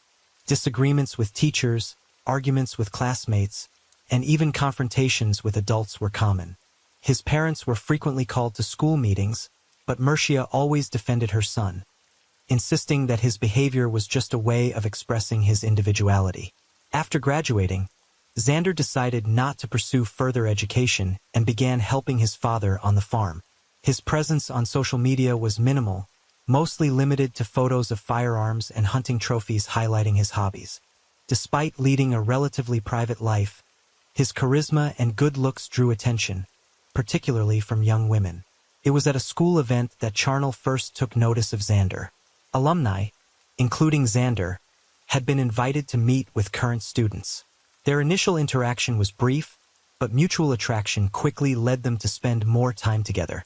Charnel, then a senior in high school, was captivated by his confidence, athletic physique, and charm. Their relationship developed rapidly. In the first few weeks, Xander showered Charnel with attention, doing everything he could to make her happy. He came across as a caring and devoted partner. Later, when it was time to meet her family, Xander was eager to make a good impression. The meeting with Ronnie, Charnel's father, went better than expected. Initially cautious, Ronnie soon appreciated Xander's interest in farming. Xander's offer to help with farm work ultimately won him over. These moments marked the beginning of their shared story. However, beneath the surface of harmony, Xander's personality traits hinted at potential future challenges. His fiery temper and resistance to compromise had already surfaced in the past, and the impact these traits might have on the relationship was only a matter of time. Marna was the first to notice changes in Charnel's behavior. The friends she used to spend so much time with began avoiding her and communicating less often. At first, the changes were subtle, but they grew more apparent with each passing month. Charnel frequently found excuses to avoid meeting Marna or their other friends, citing busyness or fatigue. Marna noticed that these changes were connected to Xander and tried to gently inquire about what was happening. However, Charnel insisted that everything was fine. These changes began after Xander fully immersed himself in Charnel's social circle. At first, Xander's control seemed subtle. He often asked who she was spending time with and what she was doing, which Charnel interpreted as care and concern. Gradually, he started demanding access to her phone, social media accounts, and messages.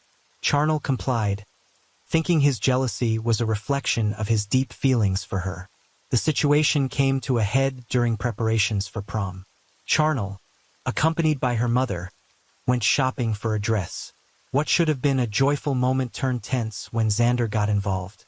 He insisted on approving her choice of dress and even dictated that she wear minimal makeup and style her hair in a way he deemed acceptable. Wanting to avoid conflict, Charnel went along with his demands.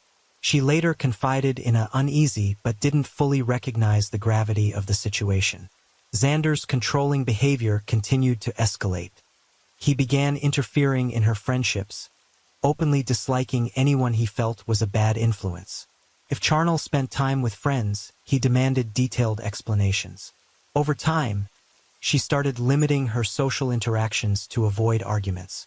Even with Marna, her closest friend, their meetings became rare. Marna tried to talk to Charnel, pointing out that Xander's behavior was unacceptable. However, Charnel reassured herself and others that these were just temporary challenges, stemming from Xander's personality. She believed he would change, but his control grew tighter, and his behavior became more aggressive. Even during family dinners with his relatives, Charnel noticed how closely Xander monitored her words and actions. Initially, Charnel's family, including Ronnie and Anna, approved of the relationship, but as time went on, they began noticing changes in her demeanor. She seemed less confident and more withdrawn, though they attributed it to academic stress. Only Marna saw the deeper issue and tried to reach out to her friend. However, Xander's influence continued to grow, leaving Charnel increasingly isolated. In January 2018, Charnel Hogg decided to end her relationship with Xander. This decision had been building for some time, as his behavior had become increasingly controlling and aggressive. By the end of the previous year, Charnel's family and friends began noticing the intense pressure he was placing on her, including constant monitoring of her phone and social media, as well as heated arguments where he would physically assert his dominance. Occasionally, marks left on Charnel after these confrontations raised alarm among those close to her, particularly Marna. The breakup triggered an extreme reaction from Xander. He began threatening to harm himself, claiming he couldn't live without her. These threats were accompanied by frequent messages in which he manipulated her emotions, hoping she would reconsider. Despite the stress this caused, Charnel stood firm this time. Her decision to leave the toxic relationship was final. During this period, Marna, Charnel's best friend, became entangled in the conflict. Xander accused her of turning Charnel against him and began sending Marna insulting and threatening messages. Alarmed, Marna confided in her father Stefan. He immediately intervened, contacting Xander and demanding that he stop the harassment. While this temporarily de-escalated the situation, Xander's hostility didn't disappear entirely. A few months after the breakup, Charnel began spending more time with Brandon Victor, a longtime friend she had known since she was 14. Brandon, a high school senior with an excellent reputation, was known for his kindness and athletic accomplishments. He provided Charnel with much-needed emotional support, listening to her and helping her cope with the lingering pressure from Xander. Their friendship gradually developed into a closer relationship, but they chose to keep it private, knowing that Xander still exhibited an unhealthy obsession with Charnel. Even after the breakup, Xander refused to let Charnel move on. He stalked her, showing up unexpectedly in places she frequented, and continued sending her messages. This behavior made Charnel and Brandon cautious. They avoided public places where they might encounter Xander and kept their relationship discreet to avoid provoking him further. May 2018 marked a turning point. Despite her efforts to reclaim her peace of mind, Charnel continued to feel the weight of Xander's persistent interference. His refusal to accept her decision and his ongoing attempts to involve himself in her life created a tense and increasingly volatile atmosphere around her and those close to her. Resolving the situation would require decisive action as the pressure continued to mount. Early on the morning of May 26, 2018, an unusual stillness hung over the boarding school dormitory. A staff member, Crystal, began her day around 6 a.m., walking through the hallways to check if students were awake. As she passed by the restroom, something caught her attention: dark strands of hair on the floor. At first, she assumed it was just leftover hair from brushing and didn't think much of it. However, as she approached the staircase leading to the ground floor, she noticed a green nylon rope tied tightly across the railing. Moments later, Crystal froze in her tracks as she saw a pair of feet in white socks dangling above the floor. A few hours earlier, at approximately 4:17 a.m., Sonia, Charnel's mother, woke up at her home in Costa to find a troubling message from her daughter. The text read, "Mom, I just wanted to say I love you and I'm sorry."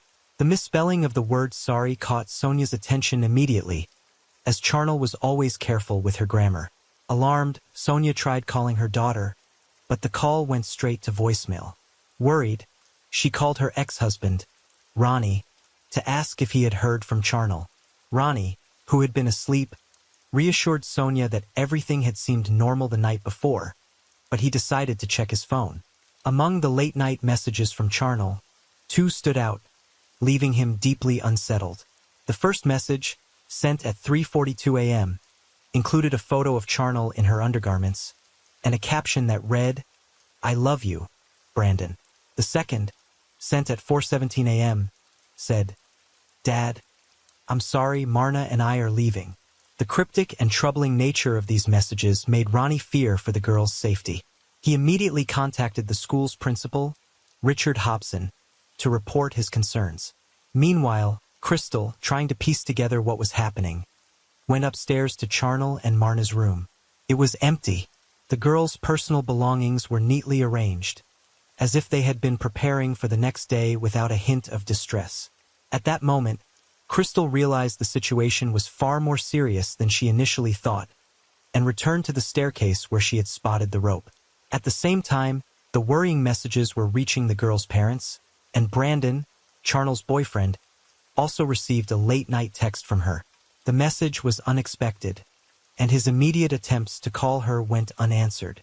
Although Brandon didn't fully understand what was happening, he began to sense that something was terribly wrong. The morning, which was supposed to start with preparations for a rugby match, quickly descended into chaos. Rumors about a serious incident spread rapidly among the students, and by the time Ronnie and Sonia arrived at the boarding school, desperate to find out what had happened, the atmosphere was tense and filled with uncertainty. Early on the morning of May 26, 2018, Richard Hobson, the headmaster of a boarding school, received a frantic call from Crystal, one of the dormitory supervisors. Her voice was tense and panicked as she explained that she had discovered the body of Charnel Hogg, one of the students, hanging from the staircase railing in the dormitory building. Stunned by the news, Hobson attempted to get more details, but the call abruptly ended as Crystal dropped the phone and ran to find help. Meanwhile, Charnel's father, Ronnie, learned of the tragedy through a brief call from the school's principal. The message was devastating. Both Charnel and her friend Marna had been found dead. Overwhelmed and desperate for answers, Ronnie contacted his brother, Louis, to accompany him to the school. As they drove, Ronnie replayed the strange late-night messages he had received from his daughter, trying to make sense of the situation. At the school, Hobson and staff worked quickly to shield the students from the horrifying scene. By the time police arrived in the morning, they discovered not only Charnel's body hanging from the staircase, but also a second body, that of Marna, found in the first-floor bathroom. A strap from a backpack was tightly fastened around her neck. Initial police assumptions that the two girls had chosen to end their lives were soon challenged. Investigators noted that the marks on their necks were inconsistent with the signs typically seen in such cases, raising suspicions of foul play. As police examined the scene, Ronnie arrived at the school and rushed toward his daughter's body hanging from the railing. Officers tried to stop him, warning that disturbing the scene could compromise evidence. But Ronnie, overcome with grief, ignored their pleas. It was only with Lewis's help that Charnel's body was eventually taken down. At the same time, Marna's father, Stevens, also arrived at the school. Upon seeing his daughter, he was overcome with anger and immediately declared that this was no accident. He voiced his suspicion of Xander, Charnel's ex-boyfriend, whom he believed could be involved. Amid the chaos at the school, Principal Hobson decided to call in private investigator Chris Sanders, a professional he had worked with before. Sanders arrived within hours and began gathering information. One of the first people he interviewed was Brandon Victor, Charnel's current boyfriend. Brandon revealed that he had received messages from her during the night but couldn't fully understand their meaning. He also shared that Xander had continued to display an unhealthy obsession with Charnel and had made threats against her after their breakup. The investigators collected enough evidence to suspect the involvement of a third party. The rope found on the staircase and the backpack strap around Marna's neck were carefully analyzed. Fingerprints on these items were considered critical in determining what had occurred. Xander's name came up repeatedly in conversations among students, prompting Detective Sanders to identify him as the primary suspect. Meanwhile, Stevens, Marna's father, grew impatient with the pace of the investigation. Taking matters into his own hands, he went to Xander's home to confront him and demand answers. This action threatened to escalate the situation, potentially creating further complications for the investigation.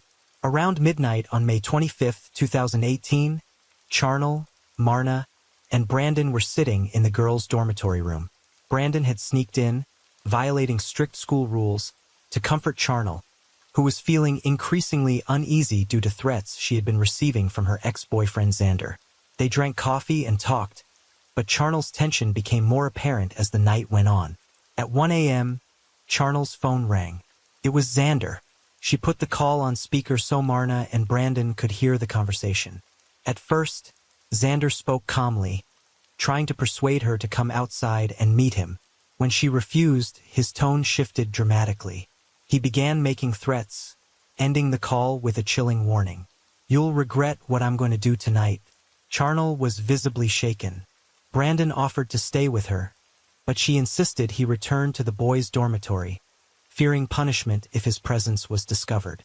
Around 2 a.m., Brandon left. It was the last time he saw the girls alive. The following morning, on May 26th, after learning about the deaths of Charnel and Marna, Marna's father, Stevens, went to Xander's home, determined to get answers. Arriving at the farm, he confronted Xander and his father, Monty. In his grief and anger, Stevens accused Xander of being involved in the tragedy. The confrontation quickly escalated into a heated argument, which was interrupted by private investigator Chris Sanders, who had just arrived on the scene. Displaying a calm demeanor, Sanders convinced Stevens to step back and persuaded Xander to accompany him to the police station. On the drive there, Sanders began questioning Xander, applying steady pressure. Eventually, Xander broke down and confessed to the crime.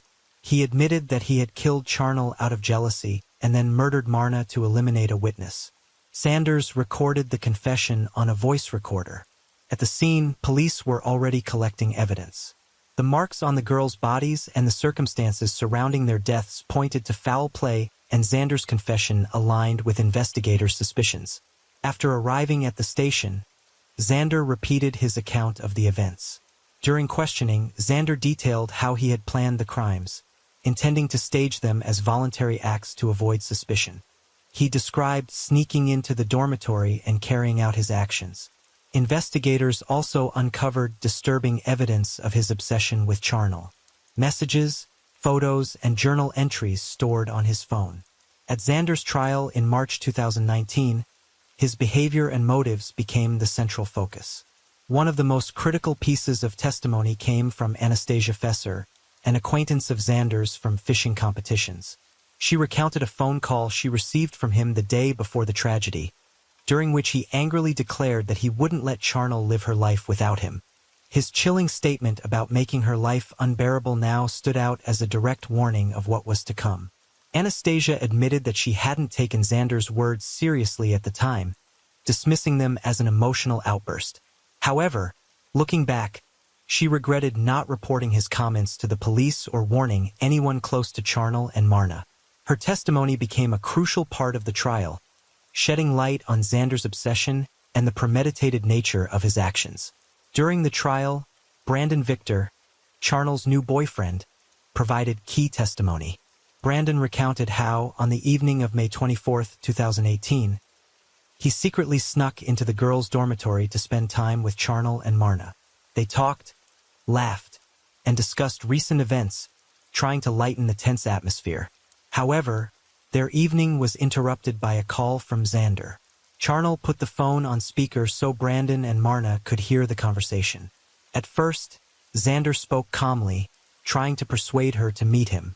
When she refused, his tone became threatening, ending with a chilling statement that she would regret her decision.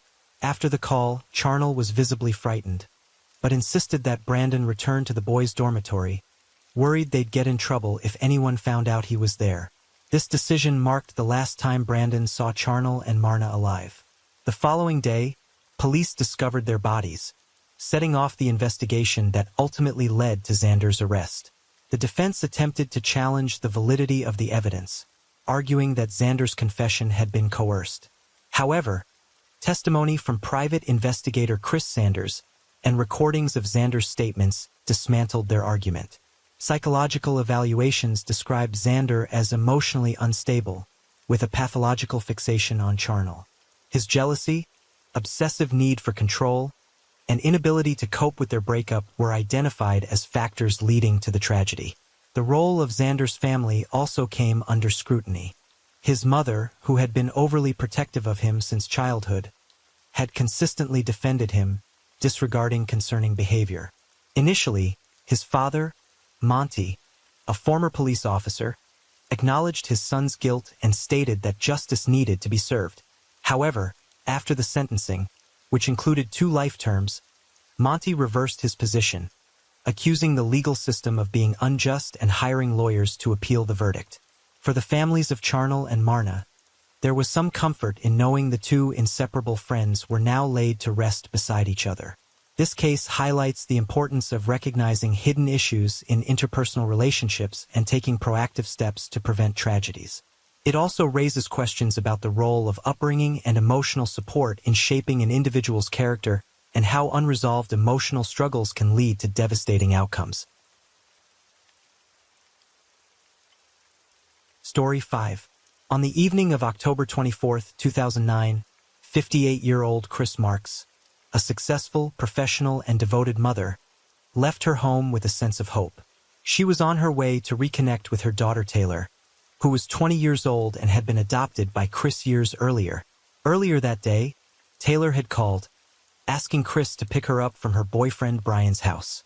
This request was an unexpected olive branch after a long period of tension between them. Chris arrived at Brian's house around 7 p.m. The neighborhood, located in Akron, Ohio, was known for its high crime rates and general sense of unease. Despite her apprehensions, Chris parked her car, walked to the door, and knocked. Taylor answered, and Chris, struggling to contain her joy, embraced her. There seemed to be no visible tension between them. Shortly after, Brian joined them to escort both women back to Chris's car. To Chris, everything seemed normal, though the area itself left her uneasy. As they walked toward the car, the situation took a turn. A man suddenly appeared behind them, armed with a knife. The attack was swift and brutal. Chris was struck multiple times in the chest and face before she had a chance to defend herself. she collapsed to the ground. Taylor screamed and quickly grabbed her phone to call emergency services. In the recording of her call, she can be heard pleading for help, explaining that her mother had been attacked. While Taylor was on the line with the dispatcher, Brian took the phone from her. He provided their location and described the incident, claiming the attacker had fled. His tone was unnervingly calm, lacking the urgency one might expect from someone who had just witnessed such a violent event. Paramedics arrived within minutes. Chris was still alive, but in critical condition. She was transported to the hospital, where doctors worked tirelessly to save her. Despite their efforts, Chris Marks was pronounced dead shortly after arrival. The primary cause of death was multiple stab wounds inflicted with alarming force. At the scene, law enforcement quickly noted several inconsistencies. Chris's purse, containing her belongings, cash, keys, and documents, was found untouched near the site of the attack. This detail conflicted with the typical pattern of a robbery. Additionally, a bloodied knife, believed to be the weapon used, was discovered in nearby bushes. These findings raised questions about the accounts provided by the witnesses and suggested the possibility of deeper motives behind the crime. The police began questioning everyone involved: Taylor, Brian, and Brian's friend Troy, who had been inside the house during the attack. Their accounts were inconsistent and contradictory. Taylor claimed she had only seen the silhouette of the attacker, describing someone wearing red sneakers and a flannel shirt. Brian stated that he tried to intervene and even suffered injuries while struggling with the assailant. Troy, however, insisted he had never left the house and claimed he saw nothing. Despite their statements, investigators quickly suspected that none of them were telling the truth. Evidence found at the scene, including blood trails and the placement of the weapon, suggested a staged crime. Authorities believed the attack wasn't random, but instead carefully planned. The first night of the investigation was spent under the intense scrutiny of detectives who were left with one burning question: why would someone target Chris? And which of the people present knew what really happened? Taylor Marks was born on March 29, 1989. Her biological mother decided to place her in foster care immediately after her birth, leaving the infant in the care of the adoption system. Little is known about her biological family, except that Taylor had at least one older sibling, though she was the only one placed in foster care. This marked the beginning of a new chapter in her life, a chapter that, despite its challenging start, eventually brought warmth and care. A few months later, Taylor became part of the Marks family, Bruce and Chris Marks. The couple had long dreamed of having a child, as they were unable to have children of their own. When they first saw Taylor, they knew she was meant to be part of their family. At the time, the Marks family was financially stable. Bruce held a senior position at a major telecommunications company, while Chris, known for her organizational skills, managed the household and helped nurture their home life. They had a large and close-knit extended family, and Taylor was embraced with love. Relatives, including grandparents, aunts, uncles, and many cousins, surrounded her with care and support. Bruce and Chris were deeply invested in raising Taylor. She attended prestigious private schools, participated in dance classes, and took part in other extracurricular activities. Her life was filled with opportunities that many of her peers didn't have. Taylor, however, shared a particularly close bond with Bruce. According to family friends, Bruce was her hero dad, always fulfilling her wishes and supporting her unconditionally. Her relationship with Chris, on the other hand, was different. Chris was stricter, more demanding, and practical. While these differences in parenting styles didn't cause significant issues during Taylor's early years, tensions began to emerge as she grew older. During her teenage years, Taylor faced increasing oversight and higher expectations from her mother, which became a frequent source of conflict. The family's dynamic began to deteriorate against the backdrop of growing disagreements. When Taylor was around 10 years old, Chris and Bruce faced marital issues that eventually led to their divorce. According to Taylor, her parents' separation deeply affected her emotionally. She felt that Chris began channeling her frustrations toward her, which further strained their relationship. A pivotal moment in Taylor's life came in 2002 when she was just 13 years old. Bruce passed away suddenly after falling into a diabetic coma. His death was a devastating blow for Taylor, who lost not only her father, but also her strongest source of emotional support. Shortly after, her grandfather, to whom she was also very close, passed away as well. These consecutive losses left Taylor with deep emotional wounds. Following Bruce's death, Chris inherited a substantial estate, including a large sum of money. She used part of the inheritance to purchase a new home in Akron, Ohio, hoping a change of scenery would provide a fresh start for her and Taylor. However, Taylor's emotional state continued to decline. She became more withdrawn, her academic performance suffered, and her conflicts with Chris intensified. Chris tried to support her daughter, but her methods often came across as overly controlling. She attempted to compensate for the loss of Bruce by providing Taylor with material comforts, often going above and beyond to give her everything she needed, and more. However, the emotional connection between them continued to fade. Chris hoped her daughter would eventually take responsibility, finish her education, and one day carry on the family legacy. But Taylor had no interest in these plans, dreaming instead of breaking free from what she saw as imposed expectations. As Taylor entered her teenage years, her quest for independence clashed with her mother's expectations. This marked the beginning of escalating conflicts that only worsened over time. Taylor viewed her mother as a constant source of pressure. With each passing year, tensions grew.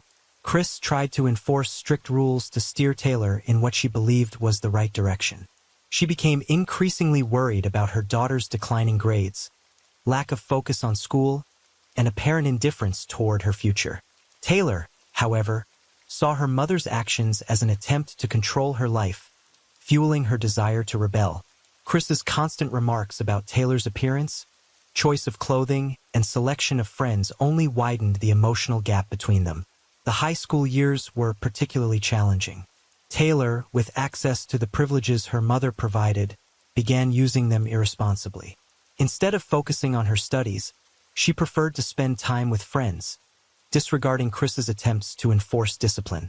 Although Chris tried various methods to guide her daughter, they only deepened the divide. A critical turning point came in 2008, the year Taylor graduated from high school. Despite Chris's financial support and her willingness to provide opportunities for Taylor to attend any college, Taylor showed little interest in continuing her education.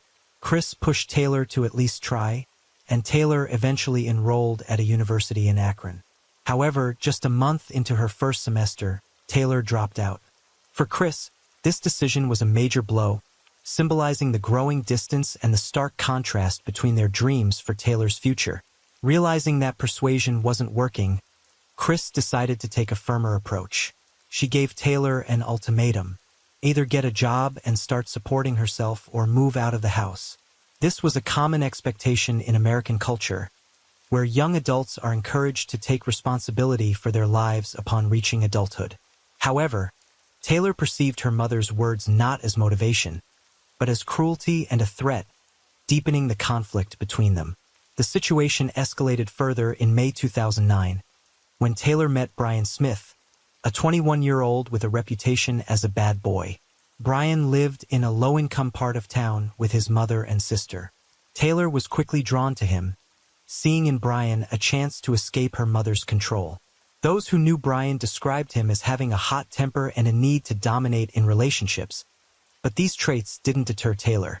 Chris was strongly opposed to the relationship.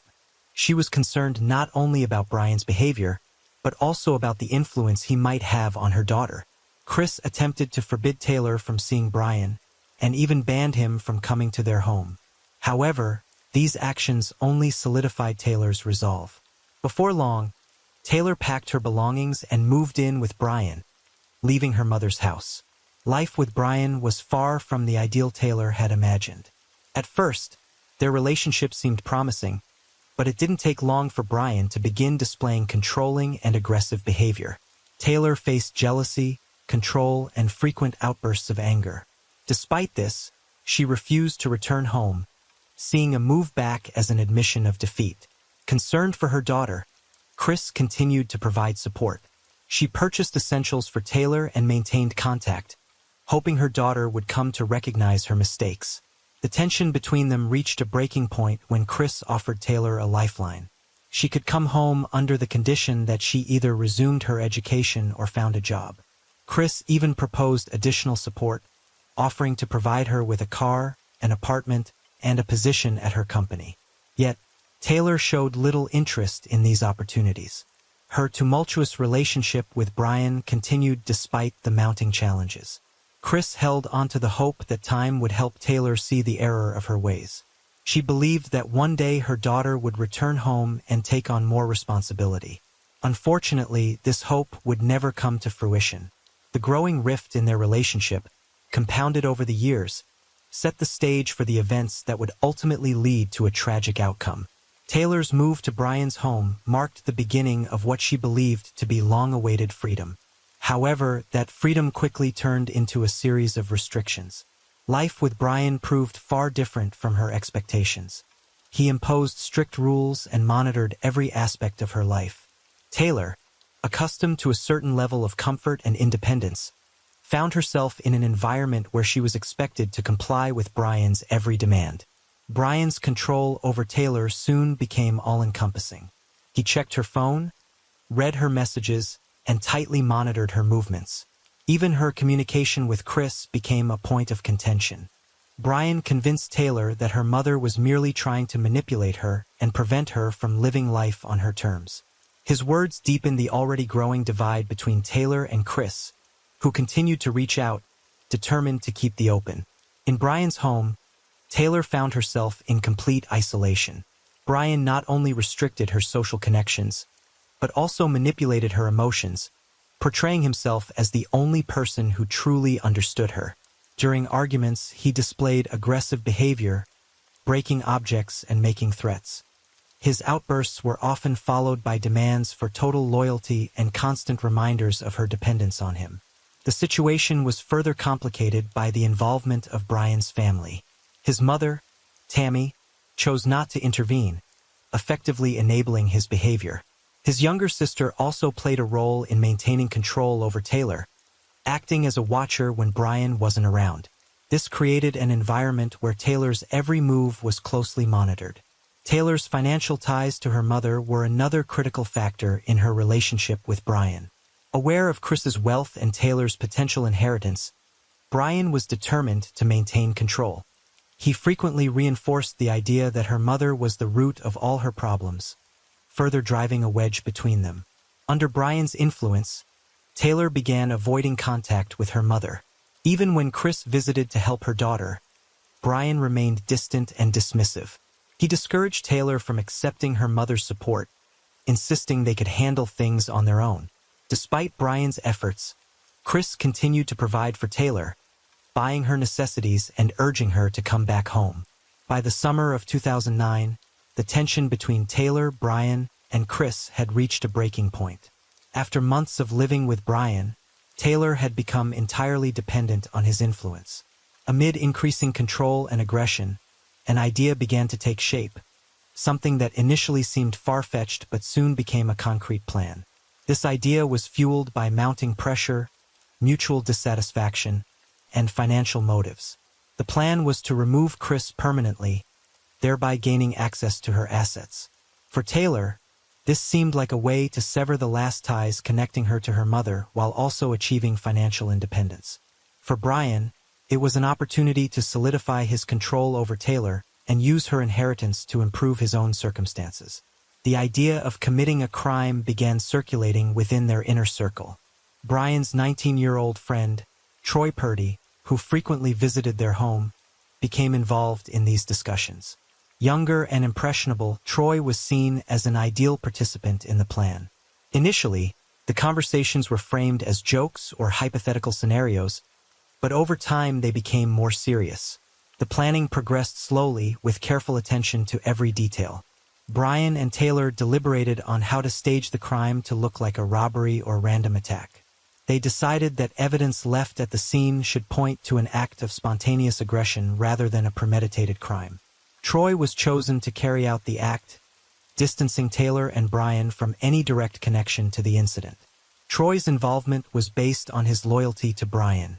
He respected Brian and didn't question the plan when approached.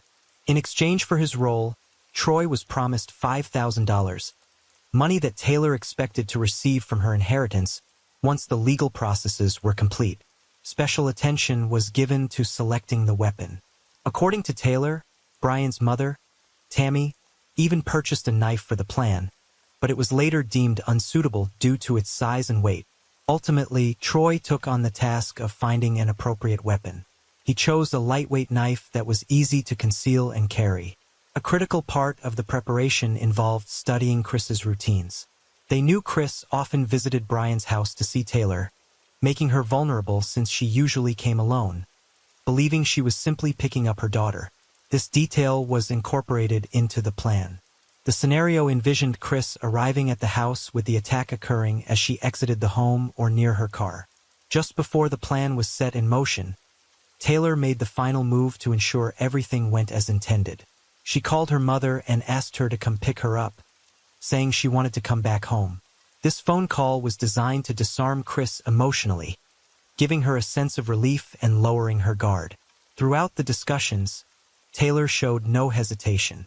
According to Troy, she was not only an active participant in the planning, but also displayed a strong determination to see it through. Despite her strained relationship with her mother, taking such a drastic step was extreme. Taylor justified her involvement by citing years of built-up resentment and her desire to escape her mother's control. Brian, meanwhile, guided the process, convincing Taylor that this was the only way to resolve her problems. By the evening of October 24, 2009, everything was ready. Taylor knew the plan was moving from theory to action. She remained calm and focused, believing this was the only path forward. For Chris, this day seemed like the start of reconciliation with her daughter. For Taylor and Brian, it marked what they saw as the beginning of a new chapter in their lives. October 24, 2009, began as a typical day for Chris Marks, but ended in tragedy. That evening, Taylor called her mother and said she wanted to come home. For Chris, this unexpected phone call was a moment of joy. After months of tension, she saw it as an opportunity to reconnect with her daughter. She quickly gathered her things, got in her car, and drove to Brian's house, unaware she was walking into a meticulously planned crime. Chris arrived around 7 p.m. She parked her car near the house and walked to the front door. Taylor greeted her with a smile and hugged her, making it appear as though this was the first step toward reconciliation. Brian followed them out of the house, observing the scene from behind. As planned, Troy stayed inside to avoid drawing suspicion. Chris and Taylor began walking toward the car, with Brian trailing slightly behind, as though escorting them. It appeared to be a routine interaction, but everything changed in an instant. As the two women approached the car, Troy emerged from the house holding the knife. The attack began suddenly and without warning. Chris had no time to react. Troy struck her multiple times in the chest and face. The assault was swift and ferocious, leaving no opportunity for her to defend herself. Chris fell to the ground having sustained more than 10 stab wounds. This was not a robbery. It was a targeted act of aggression meant to eliminate her. Taylor stood nearby watching the attack unfold. She later claimed her inaction was due to fear of Troy. However, surveillance footage discovered later showed no signs of panic or distress on her part. Brian also remained passive, stating that his role was merely to protect the women, yet he did nothing to stop Troy. Once the attack was over, Taylor picked up her phone and called emergency services. Her voice sounded tense as she begged for an ambulance to be sent immediately. However, the phone was soon taken by Brian, who assumed the role of coordinator, providing the dispatcher with details about the location and the type of assistance needed. His voice was calm and devoid of emotion, raising suspicions among law enforcement officers who later reviewed the call. Troy, after completing the attack, discarded the knife in a nearby bush and fled the scene. Later he claimed he acted in a moment of emotional distress, but the evidence suggested his actions were carefully planned. Chris was rushed to the hospital, but despite the medical team's efforts, she could not be saved. She succumbed to multiple stab wounds inflicted with evident fury. Following the tragic death of Chris Marks, the investigation began immediately. Police arrived at the scene just minutes after the call to emergency services. The evidence they found: a knife in the bushes, Chris's purse with all her belongings intact, and the absence of any signs of robbery, immediately raised doubts. The theory of a random attack didn't align with the details. The first step for investigators was to question those involved: Taylor, Brian, and Troy. They were interviewed separately to prevent any chance of coordination. Their accounts, however, were inconsistent and unconvincing. Police quickly noted discrepancies in their statements. The key piece of evidence came from surveillance footage captured near the crime scene. The video showed Taylor and Brian standing nearby as Troy attacked Chris. Neither of them made any attempt to intervene. These recordings became a decisive turning point. Armed with this evidence, detectives revisited the suspects for further questioning. Under the pressure of the evidence, Troy was the first to confess. He admitted that the attack had been premeditated and claimed Taylor was the mastermind behind the plan. According to Troy, she had approached him and Brian with the idea, promising a financial reward from the inheritance she would receive after her mother's death. Troy revealed that his role was to carry out the attack, while Brian was responsible for creating an alibi by making it appear like a robbery. Troy also admitted that he had intentionally inflicted minor wounds on Brian to make the staged scenario more believable. His confession completely dismantled Taylor's earlier claim that the attack was a random event. When Brian learned of Troy's confession, he altered his account as well. He corroborated Troy's statement that Taylor had initiated the plan. However, Brian denied being an active participant, claiming that while he didn't approve of the attack, he felt powerless to stop Taylor and Troy. He also insisted he was unaware of the full details of the plan until the last minute, though this seemed like an attempt to downplay his involvement. Confronted with mounting evidence and accusations, Taylor initially continued to deny her role. However, her version of events became increasingly inconsistent. Investigators noted that she began to contradict herself, and her behavior suggested she was attempting to hide the truth. Eventually, under the weight of the evidence, Taylor admitted to discussing the plan with Brian and Troy. The investigation uncovered numerous details that highlighted the deliberate nature of the crime. The participants meticulously planned every aspect, from choosing the weapon to staging fake injuries. The financial motive, cited by both Troy and Brian, became a central component of the prosecution's case. Taylor admitted that her ongoing conflict with her mother was a driving factor in her decision. However, she claimed she didn't anticipate the situation escalating to such a tragic outcome. Just 5 hours after the crime, police had a comprehensive understanding of what had happened. Taylor Marks, Brian Smith, and Troy Purdy were arrested and charged in connection with the death of Chris Marks. While this concluded the initial phase of the investigation, the legal process was just beginning as the court would determine their levels of culpability and issue sentencing. The trial for the crime involving Chris Marks began in late 2009.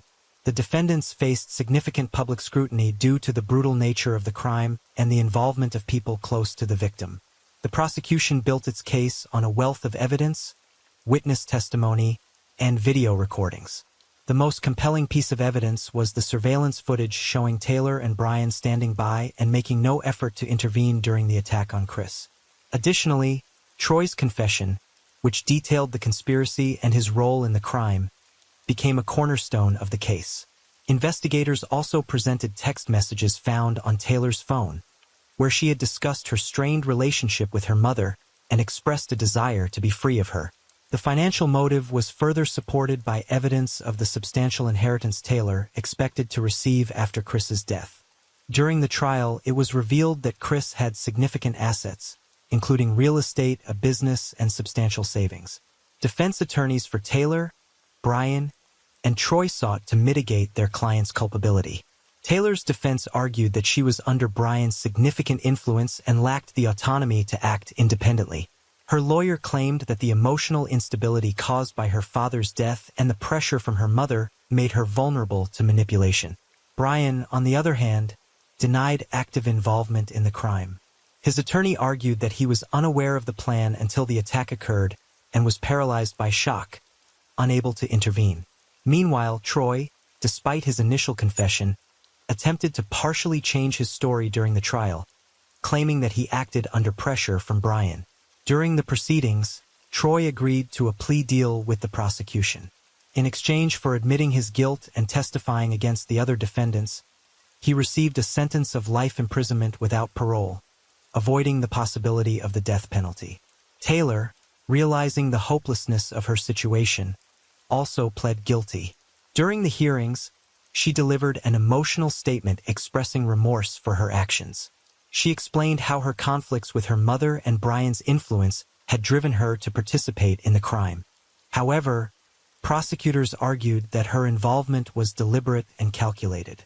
Brian, in contrast, initially denied his guilt but eventually admitted his role when confronted with irrefutable evidence. He maintained that his involvement was minimal and that he had not intended for the crime to occur, but the court viewed this as an attempt to downplay his responsibility. In 2010, the court delivered its verdicts. Taylor Marks and Brian Smith were found guilty of first-degree murder and conspiracy.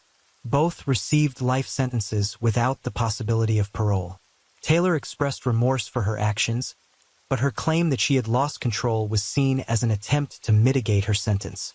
Troy Purdy, as agreed in his plea deal, also received life imprisonment. However, his behavior in prison later drew attention. In 2015, he was charged with possession of a weapon within the facility, raising questions about his ability to reform. After the sentences were announced, the lives of everyone involved in the tragedy were irrevocably changed. The family of Chris Marks not only lost a mother but also a daughter, who was complicit in her death. The story became a sobering reminder of how personal conflicts and impulsive decisions can destroy even the closest relationships. Taylor, sentenced to life without parole, was sent to a women's correctional facility in Ohio. During her first years in prison, she remained withdrawn, avoiding contact with the press and other inmates. However, in 2021, Taylor gave an interview to a television program about her case. In the interview, Taylor acknowledged the severity of her actions but continued to justify her decisions by citing her conflict with her mother and her emotional instability. Despite her earlier expressions of remorse in court, Taylor reiterated criticisms of her mother, describing her as strict and unsupportive after her father's death. She also mentioned her hope of one day having her case reviewed and being granted a chance at freedom. Her statements sparked controversy, with many interpreting them as a lack of genuine remorse.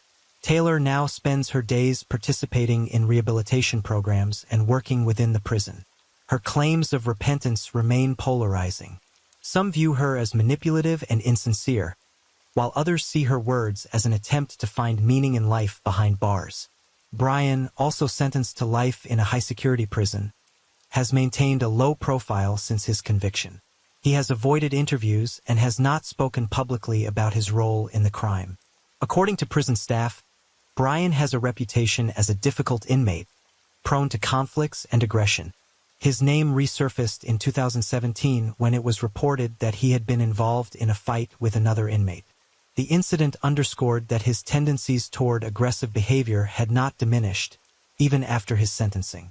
Like Taylor, Brian remains a symbol of the tragic failure to take responsibility and the devastating influence one can have on others.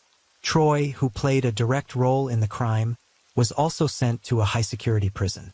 Despite his plea deal, his behavior behind bars demonstrated a lack of change. Troy has rarely been mentioned in the media since the incident. While his participation in the crime was viewed as the result of manipulation by Brian and Taylor, his willingness to deliver the fatal blows raised doubts about his capacity for rehabilitation. The memory of Chris Marks lives on among her friends and surviving family members. Her senior care business was sold after her death, with part of the proceeds donated to charities supporting victims of domestic aggression. Her relatives and friends have often described Chris as a strong and compassionate woman who dedicated her life to helping others. Years after Chris's death, her story continues to serve as a cautionary tale about the importance of open communication within families and seeking professional help when conflicts spiral out of control. Story 6. In May 2023, Spanish police received a distressing call from a quiet neighborhood in Malaga. In one of the apartments, they discovered the body of a young woman with multiple stab wounds. The suspect fled the scene but was apprehended hours later at a local cafe. However, this tragedy was only the beginning of a series of events that led investigators to an unsolved case from 9 years prior. Behind the wall of another apartment, they found something that shocked even the most experienced forensic experts. In 2011, Sabora Gagani lived with her boyfriend Marco in Spain, in the Laurel neighborhood near the beaches of Torremolinos. On the surface, their life seemed stable. Sabora worked as a waitress in a local restaurant while Marco worked as a chef. They rented a small house and Sabora often called her mother, Elisabetta, assuring her that everything was fine. However, behind this appearance of stability lay serious problems that became more evident with each passing month. When Elisabetta came to Spain to visit her daughter, she immediately noticed the tense atmosphere in the home. Arguments between Sabora and Marco broke out even in her presence. Elisabetta saw how her daughter tried to justify Marco's bursts of jealousy and tension, blaming them on temporary difficulties. However, Elisabetta was convinced that the problems went far beyond day-to-day struggles. It was hard to believe that just 2 years earlier, Sabora had been a completely different person. Born on September 14, 1991, in Tirana, Albania, she was known from a young age for her lively and cheerful personality. After her parents divorced, her mother Elisabetta moved with her children to Italy, where they started a new life. In Rome, Sabora quickly became popular with those around her. Her classmates gave her the nickname Sibi, highlighting her energy and friendliness. Despite financial challenges, Sabora was eager to support her family from a young age. She started working as a waitress in a local cafe, but never gave up on her dreams. Her natural beauty, slim figure, and success in a regional beauty contest opened the door to opportunities in the modeling world. Despite this, her biggest dream was to become a teacher, as Sabora genuinely loved working with children. Things began to change when Sabora turned 18. At a cafe, she met Marco, a 31-year-old man whose charm and confidence immediately caught her attention. At the time, she knew little about him. He was divorced, had a sister, and seemed to want to start a new chapter in life. However, behind this facade lay a complicated past. Marco was known for his aggressive behavior and problems with controlled substances, which had brought him to the attention of the police on multiple occasions. Sabora, captivated by his charisma, chose to overlook these warning signs. A year into their relationship, Marco suggested that Sabora move with him to Spain, claiming there were better job opportunities there than in Italy. Elisabetta tried to dissuade her daughter, doubting Marco's intentions, but Sabora insisted. She believed this move would mark the beginning of a new chapter where she and Marco could build a happy life together. At first, things in Spain seemed promising. Sabora quickly found work as a waitress, and Marco got a job as a pizza chef. They rented a cozy home, and Sabora shared her plans with her mother, sounding optimistic about the future. However, their stability was short-lived. Marco began losing one job after another, blaming his employers for his failures. His irritability and jealousy grew more pronounced, and his aggressive behavior escalated from minor incidents into serious conflicts. When Elisabetta traveled to Spain to see how her daughter was doing, she was shocked by what she found. Sabora, once lively and confident, now seemed withdrawn and subdued. Marco didn't even try to hide his irritation in Elisabetta's presence. Their arguments grew louder, but despite the clear issues, Sabora continued to defend Marco, assuring her mother that things would improve. Why Sabora chose to overlook these red flags puzzled those close to her. Perhaps she sought in Marco the support and stability she had lacked in her early years. Her family, having moved from Albania to Italy, had endured tough times. Elisabetta worked tirelessly to provide a better life for her children, but Sabora faced the need to shoulder responsibility at an early age. Her relationship with Marco might have been an attempt to fill that void, but instead, it only brought more strain. Life in Spain was increasingly becoming a struggle for Sabora, as the bright dreams of her youth gradually faded into distant memories. In July 2014, Sabora Gagani disappeared suddenly, leaving her family in anguish. The last known contact she had was a text message to Marco, her former partner, on July 7th. After that, her phone was turned off and her social media accounts went silent. This behavior was uncharacteristic of her. Prior to that, Sabora had informed her mother that she had finally ended things with Marco, moved into a new apartment, and felt liberated. She described it as feeling like a butterfly that had just emerged from its cocoon. But her sudden silence alarmed everyone. The situation took an even stranger turn when Marco unexpectedly appeared at Elisabetta's home in Italy. He tried to present himself as a concerned and regretful man, pretending to care deeply about what had happened. Over coffee, he told Elisabetta that he had no idea where Sabora could have gone. According to Marco, they had argued shortly before she vanished, and she had walked out, leaving all her belongings behind. Later, Marco changed his story, claiming that a security guard at their apartment complex had supposedly seen Sabora leaving with 2 suitcases. These conflicting statements only deepened suspicions and heightened concerns. Elisabetta recalled that just a month prior, Sabora had shared her decision to end the relationship for good. After 3 years of trying to salvage it, she had moved out of Marco's apartment and was working on rebuilding her life. During that time, she tried to distance herself from him, but it seemed this did little to stop his interest in her life. Marco continued to involve himself, showing an unsettling persistence. In early July, he unexpectedly called Elisabetta, asking if Sabora had returned to Italy.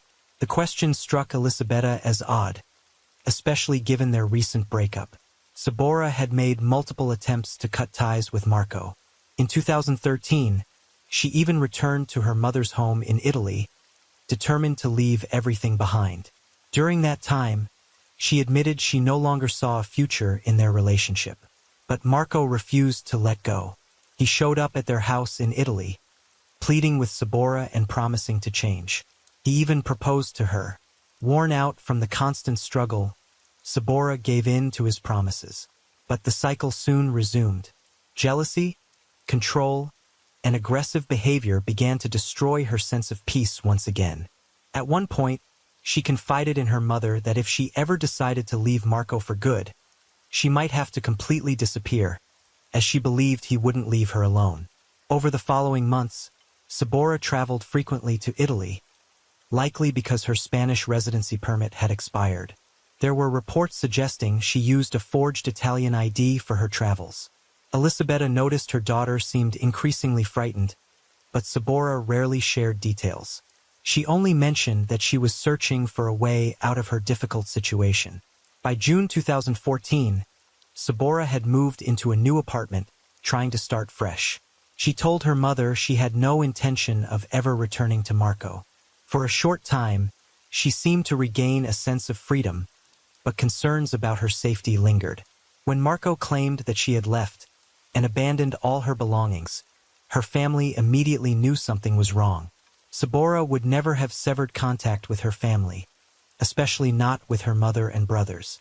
Now the family could only wait, hoping that Sabora had indeed decided to go into hiding to escape Marco's control. Yet the conflicting accounts and complete lack of communication from her only raised more questions. By 2015, the investigation into Sabora Gagani's disappearance had made no significant progress despite the efforts of her family and law enforcement. Elisabetta, her mother, had been the driving force behind filing an official report with the authorities. She remained convinced that Marco, Sabora's former partner, was somehow involved, as he was the last known person to have seen her before she vanished. However, his behavior throughout the investigation only raised more suspicions. During questioning, Marco repeated his version of events. He claimed that Sabora had left their home after an argument, taking only a few belongings. However, many of her personal items, including clothing and identification documents, were still in the apartment, which seemed unusual. Despite his claims, Marco never reported her disappearance to the police. Instead, he insisted he try to locate Sabora on his own, printing and distributing flyers around their neighborhood. He also offered conflicting theories about her whereabouts, suggesting at one point that she might have traveled to Argentina, or that she had been seen with an unknown man with whom she supposedly had a confrontation. These statements lacked consistency and factual support. Elisabetta, distrustful of Marco, began her own efforts to find her daughter. She reached out to the media and a specialized organization that helps publicize cases of missing persons. Photos of Sabora and calls for assistance began appearing in both Italian and Spanish news outlets. Despite these efforts, no new leads were uncovered. While Sabora's family continued their search for answers, Marco appeared to lead a relatively ordinary life. He changed his appearance by shaving his head and growing a beard, seemingly trying to avoid attracting attention. During this time, he entered new relationships, but both ended with complaints from the women about his aggressive behavior. Still, Marco remained in Spain, frequently visiting the gym and joining a shooting club, which alarmed those aware of his history. Sabora's family refused to give up. Elisabetta repeatedly appealed to the police, urging them to intensify their investigation. Meanwhile, law enforcement began reviewing the case files, searching for any overlooked details. They scrutinized Marco's statements, which had appeared inconsistent from the beginning. His claim that Sabora left with suitcases conflicted with his assertion that she had walked out with nothing. Additionally, questions arose about why he had not contacted the police immediately after her disappearance. Over time, public interest in Sabora's case began to fade, despite her family's persistent efforts. Marco, still living in Spain, seemed to adjust to life following her disappearance. To his neighbors, he appeared to be a friendly individual who was focused on fitness and socializing. However, his past relationship with Sabora and the complaints from new partners continued to cast doubt on his character. As Sabora's family clung to hope for any news, the investigation remained at a standstill. Authorities expanded their efforts, utilizing international missing persons databases, but these measures yielded no results. For those closest to Sabora, the uncertainty surrounding her fate remained an unbearable ordeal. By 2023, Marco appeared to have turned his life around on the surface. He was living with a new partner named Paula, and they had a child together. However, beneath the facade of this seemingly fresh start were the same issues that had plagued Marco for years.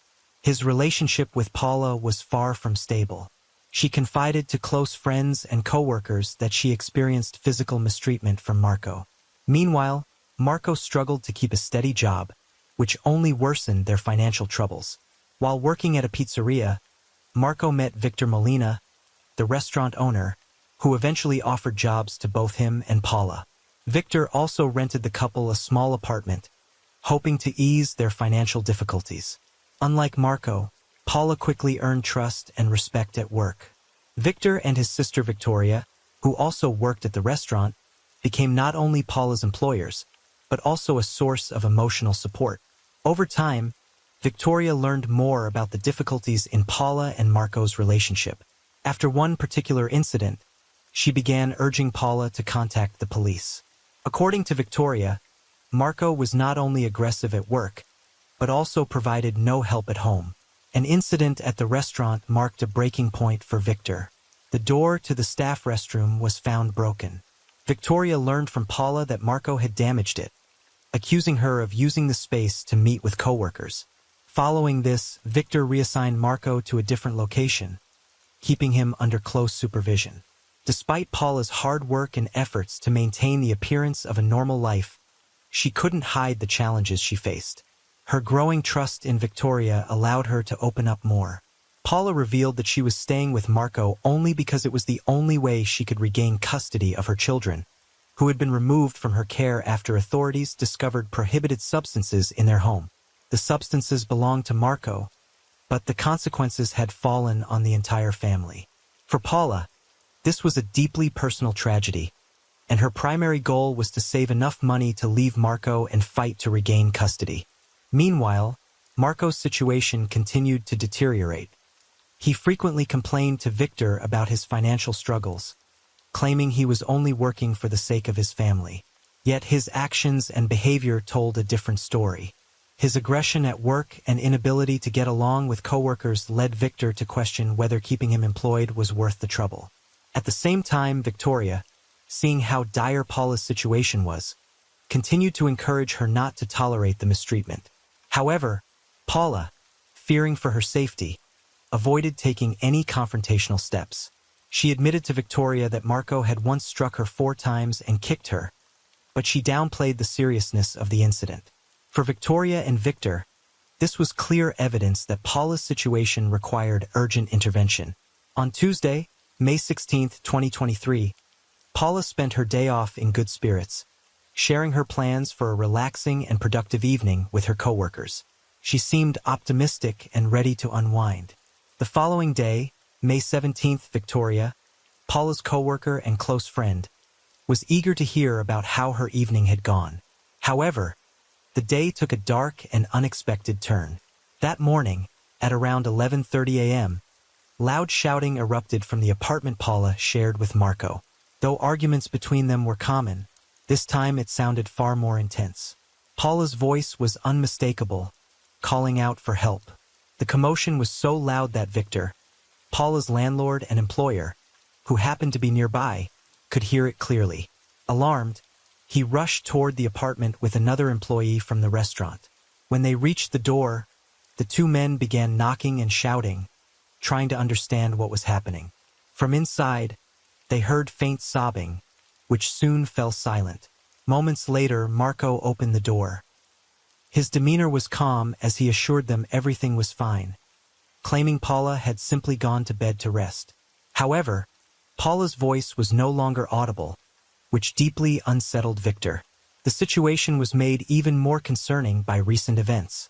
Just a few days earlier, Victor had fired Marco from the restaurant following a series of troubling incidents, including the unexplained disappearance of a kitchen knife. Victor had grown increasingly distrustful of Marco and wanted to avoid further problems. Now, Marco found himself at the center of yet another alarming event. Victor left to retrieve a spare key to the apartment, while the other employee called the police.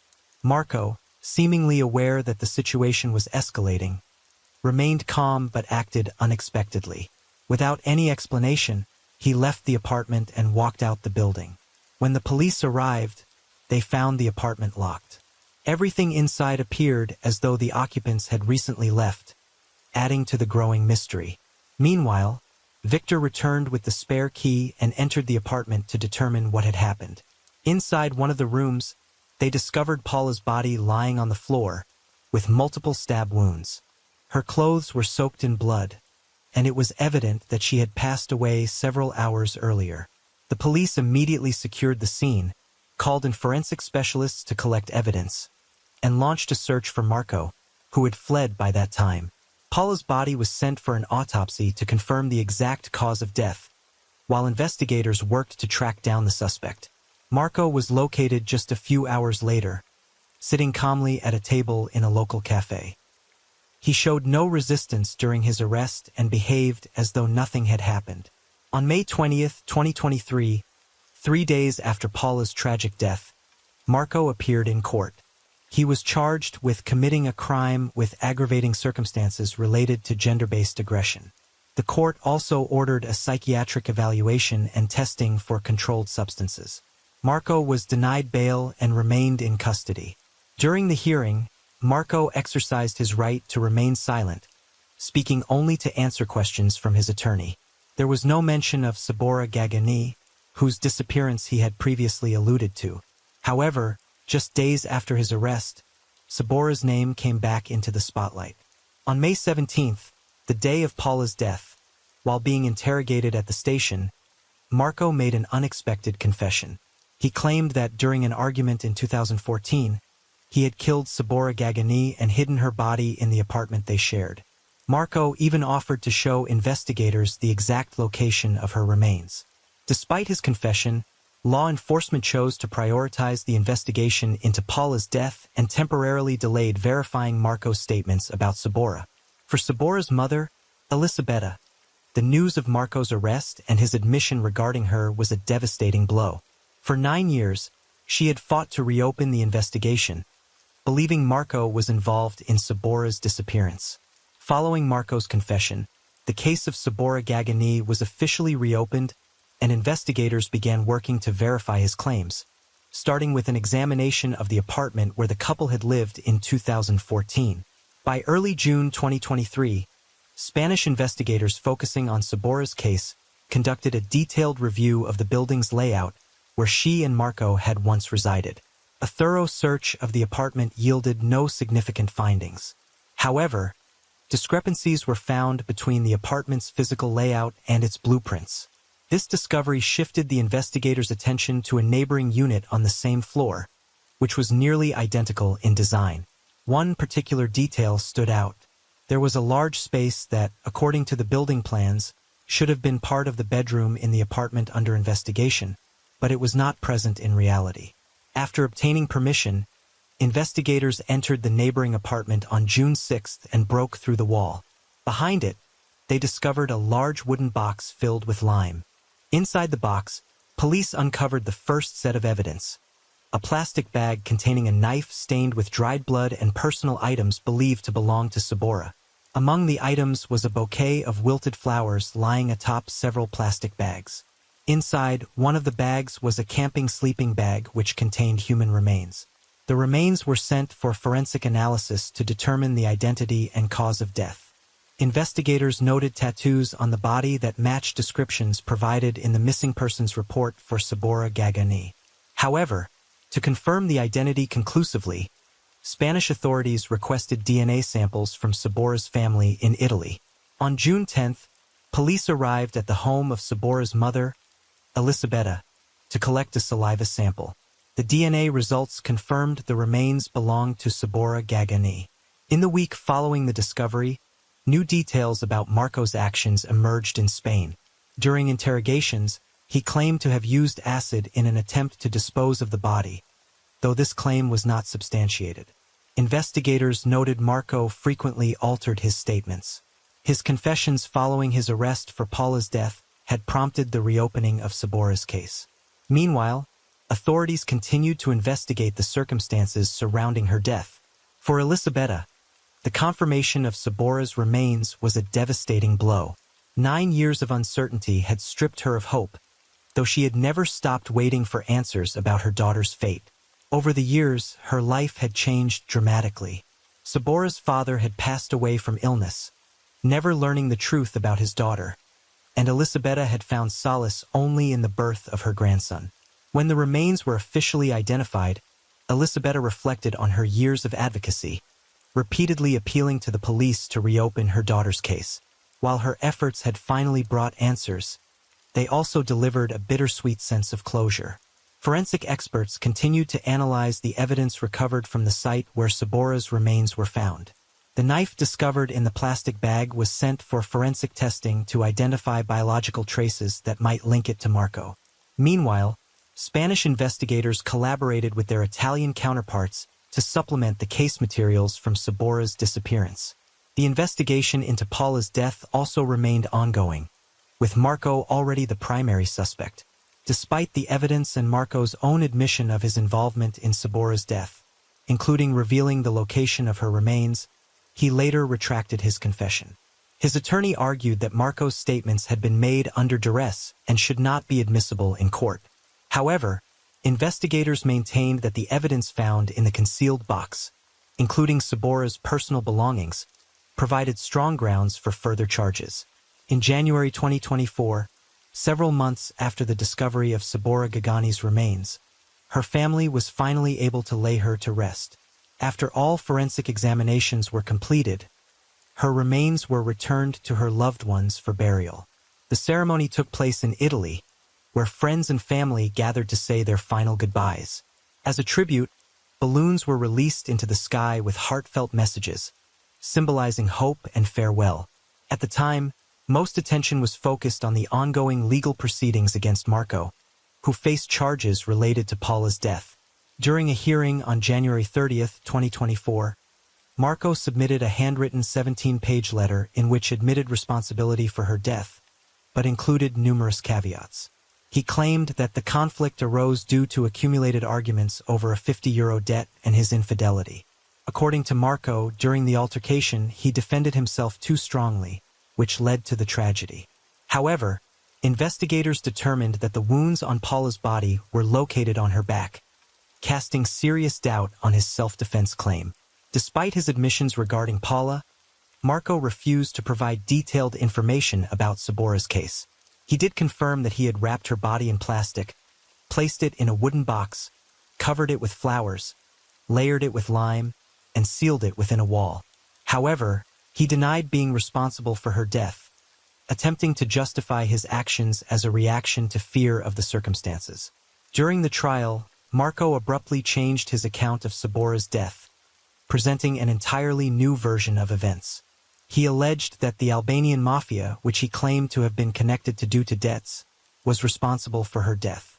According to Marco, he had borrowed 25,000 euros to open a brothel, but the money was stolen. Unable to repay the debt, he said that 4 men came to his home, and during an argument, one of them killed Sabora. Marco claimed he was then forced, under threat to his own life, to dispose of her body to avoid further consequences. This version of events raised significant doubts among investigators, as Marco had previously changed his statements multiple times. Throughout the investigation, it became evident that Marco had used falsehoods to mislead authorities, beginning with his arrest in May 2023 after Paula's death. His claims of mafia involvement were not supported by any evidence gathered during the investigation. The cause of Sabora's death was determined through an autopsy. Multiple stab wounds which, despite the condition of her remains, clearly indicated a violent crime. Sabora's family finally received confirmation of her fate years after she had been reported missing. Elisabetta, her mother, revealed that she had lived the past 9 years clinging to hope for answers, though Sabora's father had passed away without ever learning the truth. By May 2024, the trial for Paula's case was ongoing. The court decided to proceed with a jury trial to address charges of domestic aggression and homicide. Meanwhile, Sabora Gagani's case, though reopened, had not yet gone to trial. Investigators continued to scrutinize Marco's claims, including his allegations of mafia involvement. Further court proceedings were anticipated. The stories of Sabora Gagani and Paula highlight how destructive relationships, marked by manipulation and abusive behavior, can have devastating consequences. Sabora, who had dreamed of a bright future, and Paula, who was striving to reclaim control of her life, both fell victim to the same person. Their fates serve as a somber reminder of the importance of recognizing the signs of abusive behavior early and intervening to prevent further tragedies. As the rain falls and the night deepens, thank you for being here with me at Radio Night Crime. True crime stories remind us of life's mysteries and the need to stay aware, even in the stillness of the night.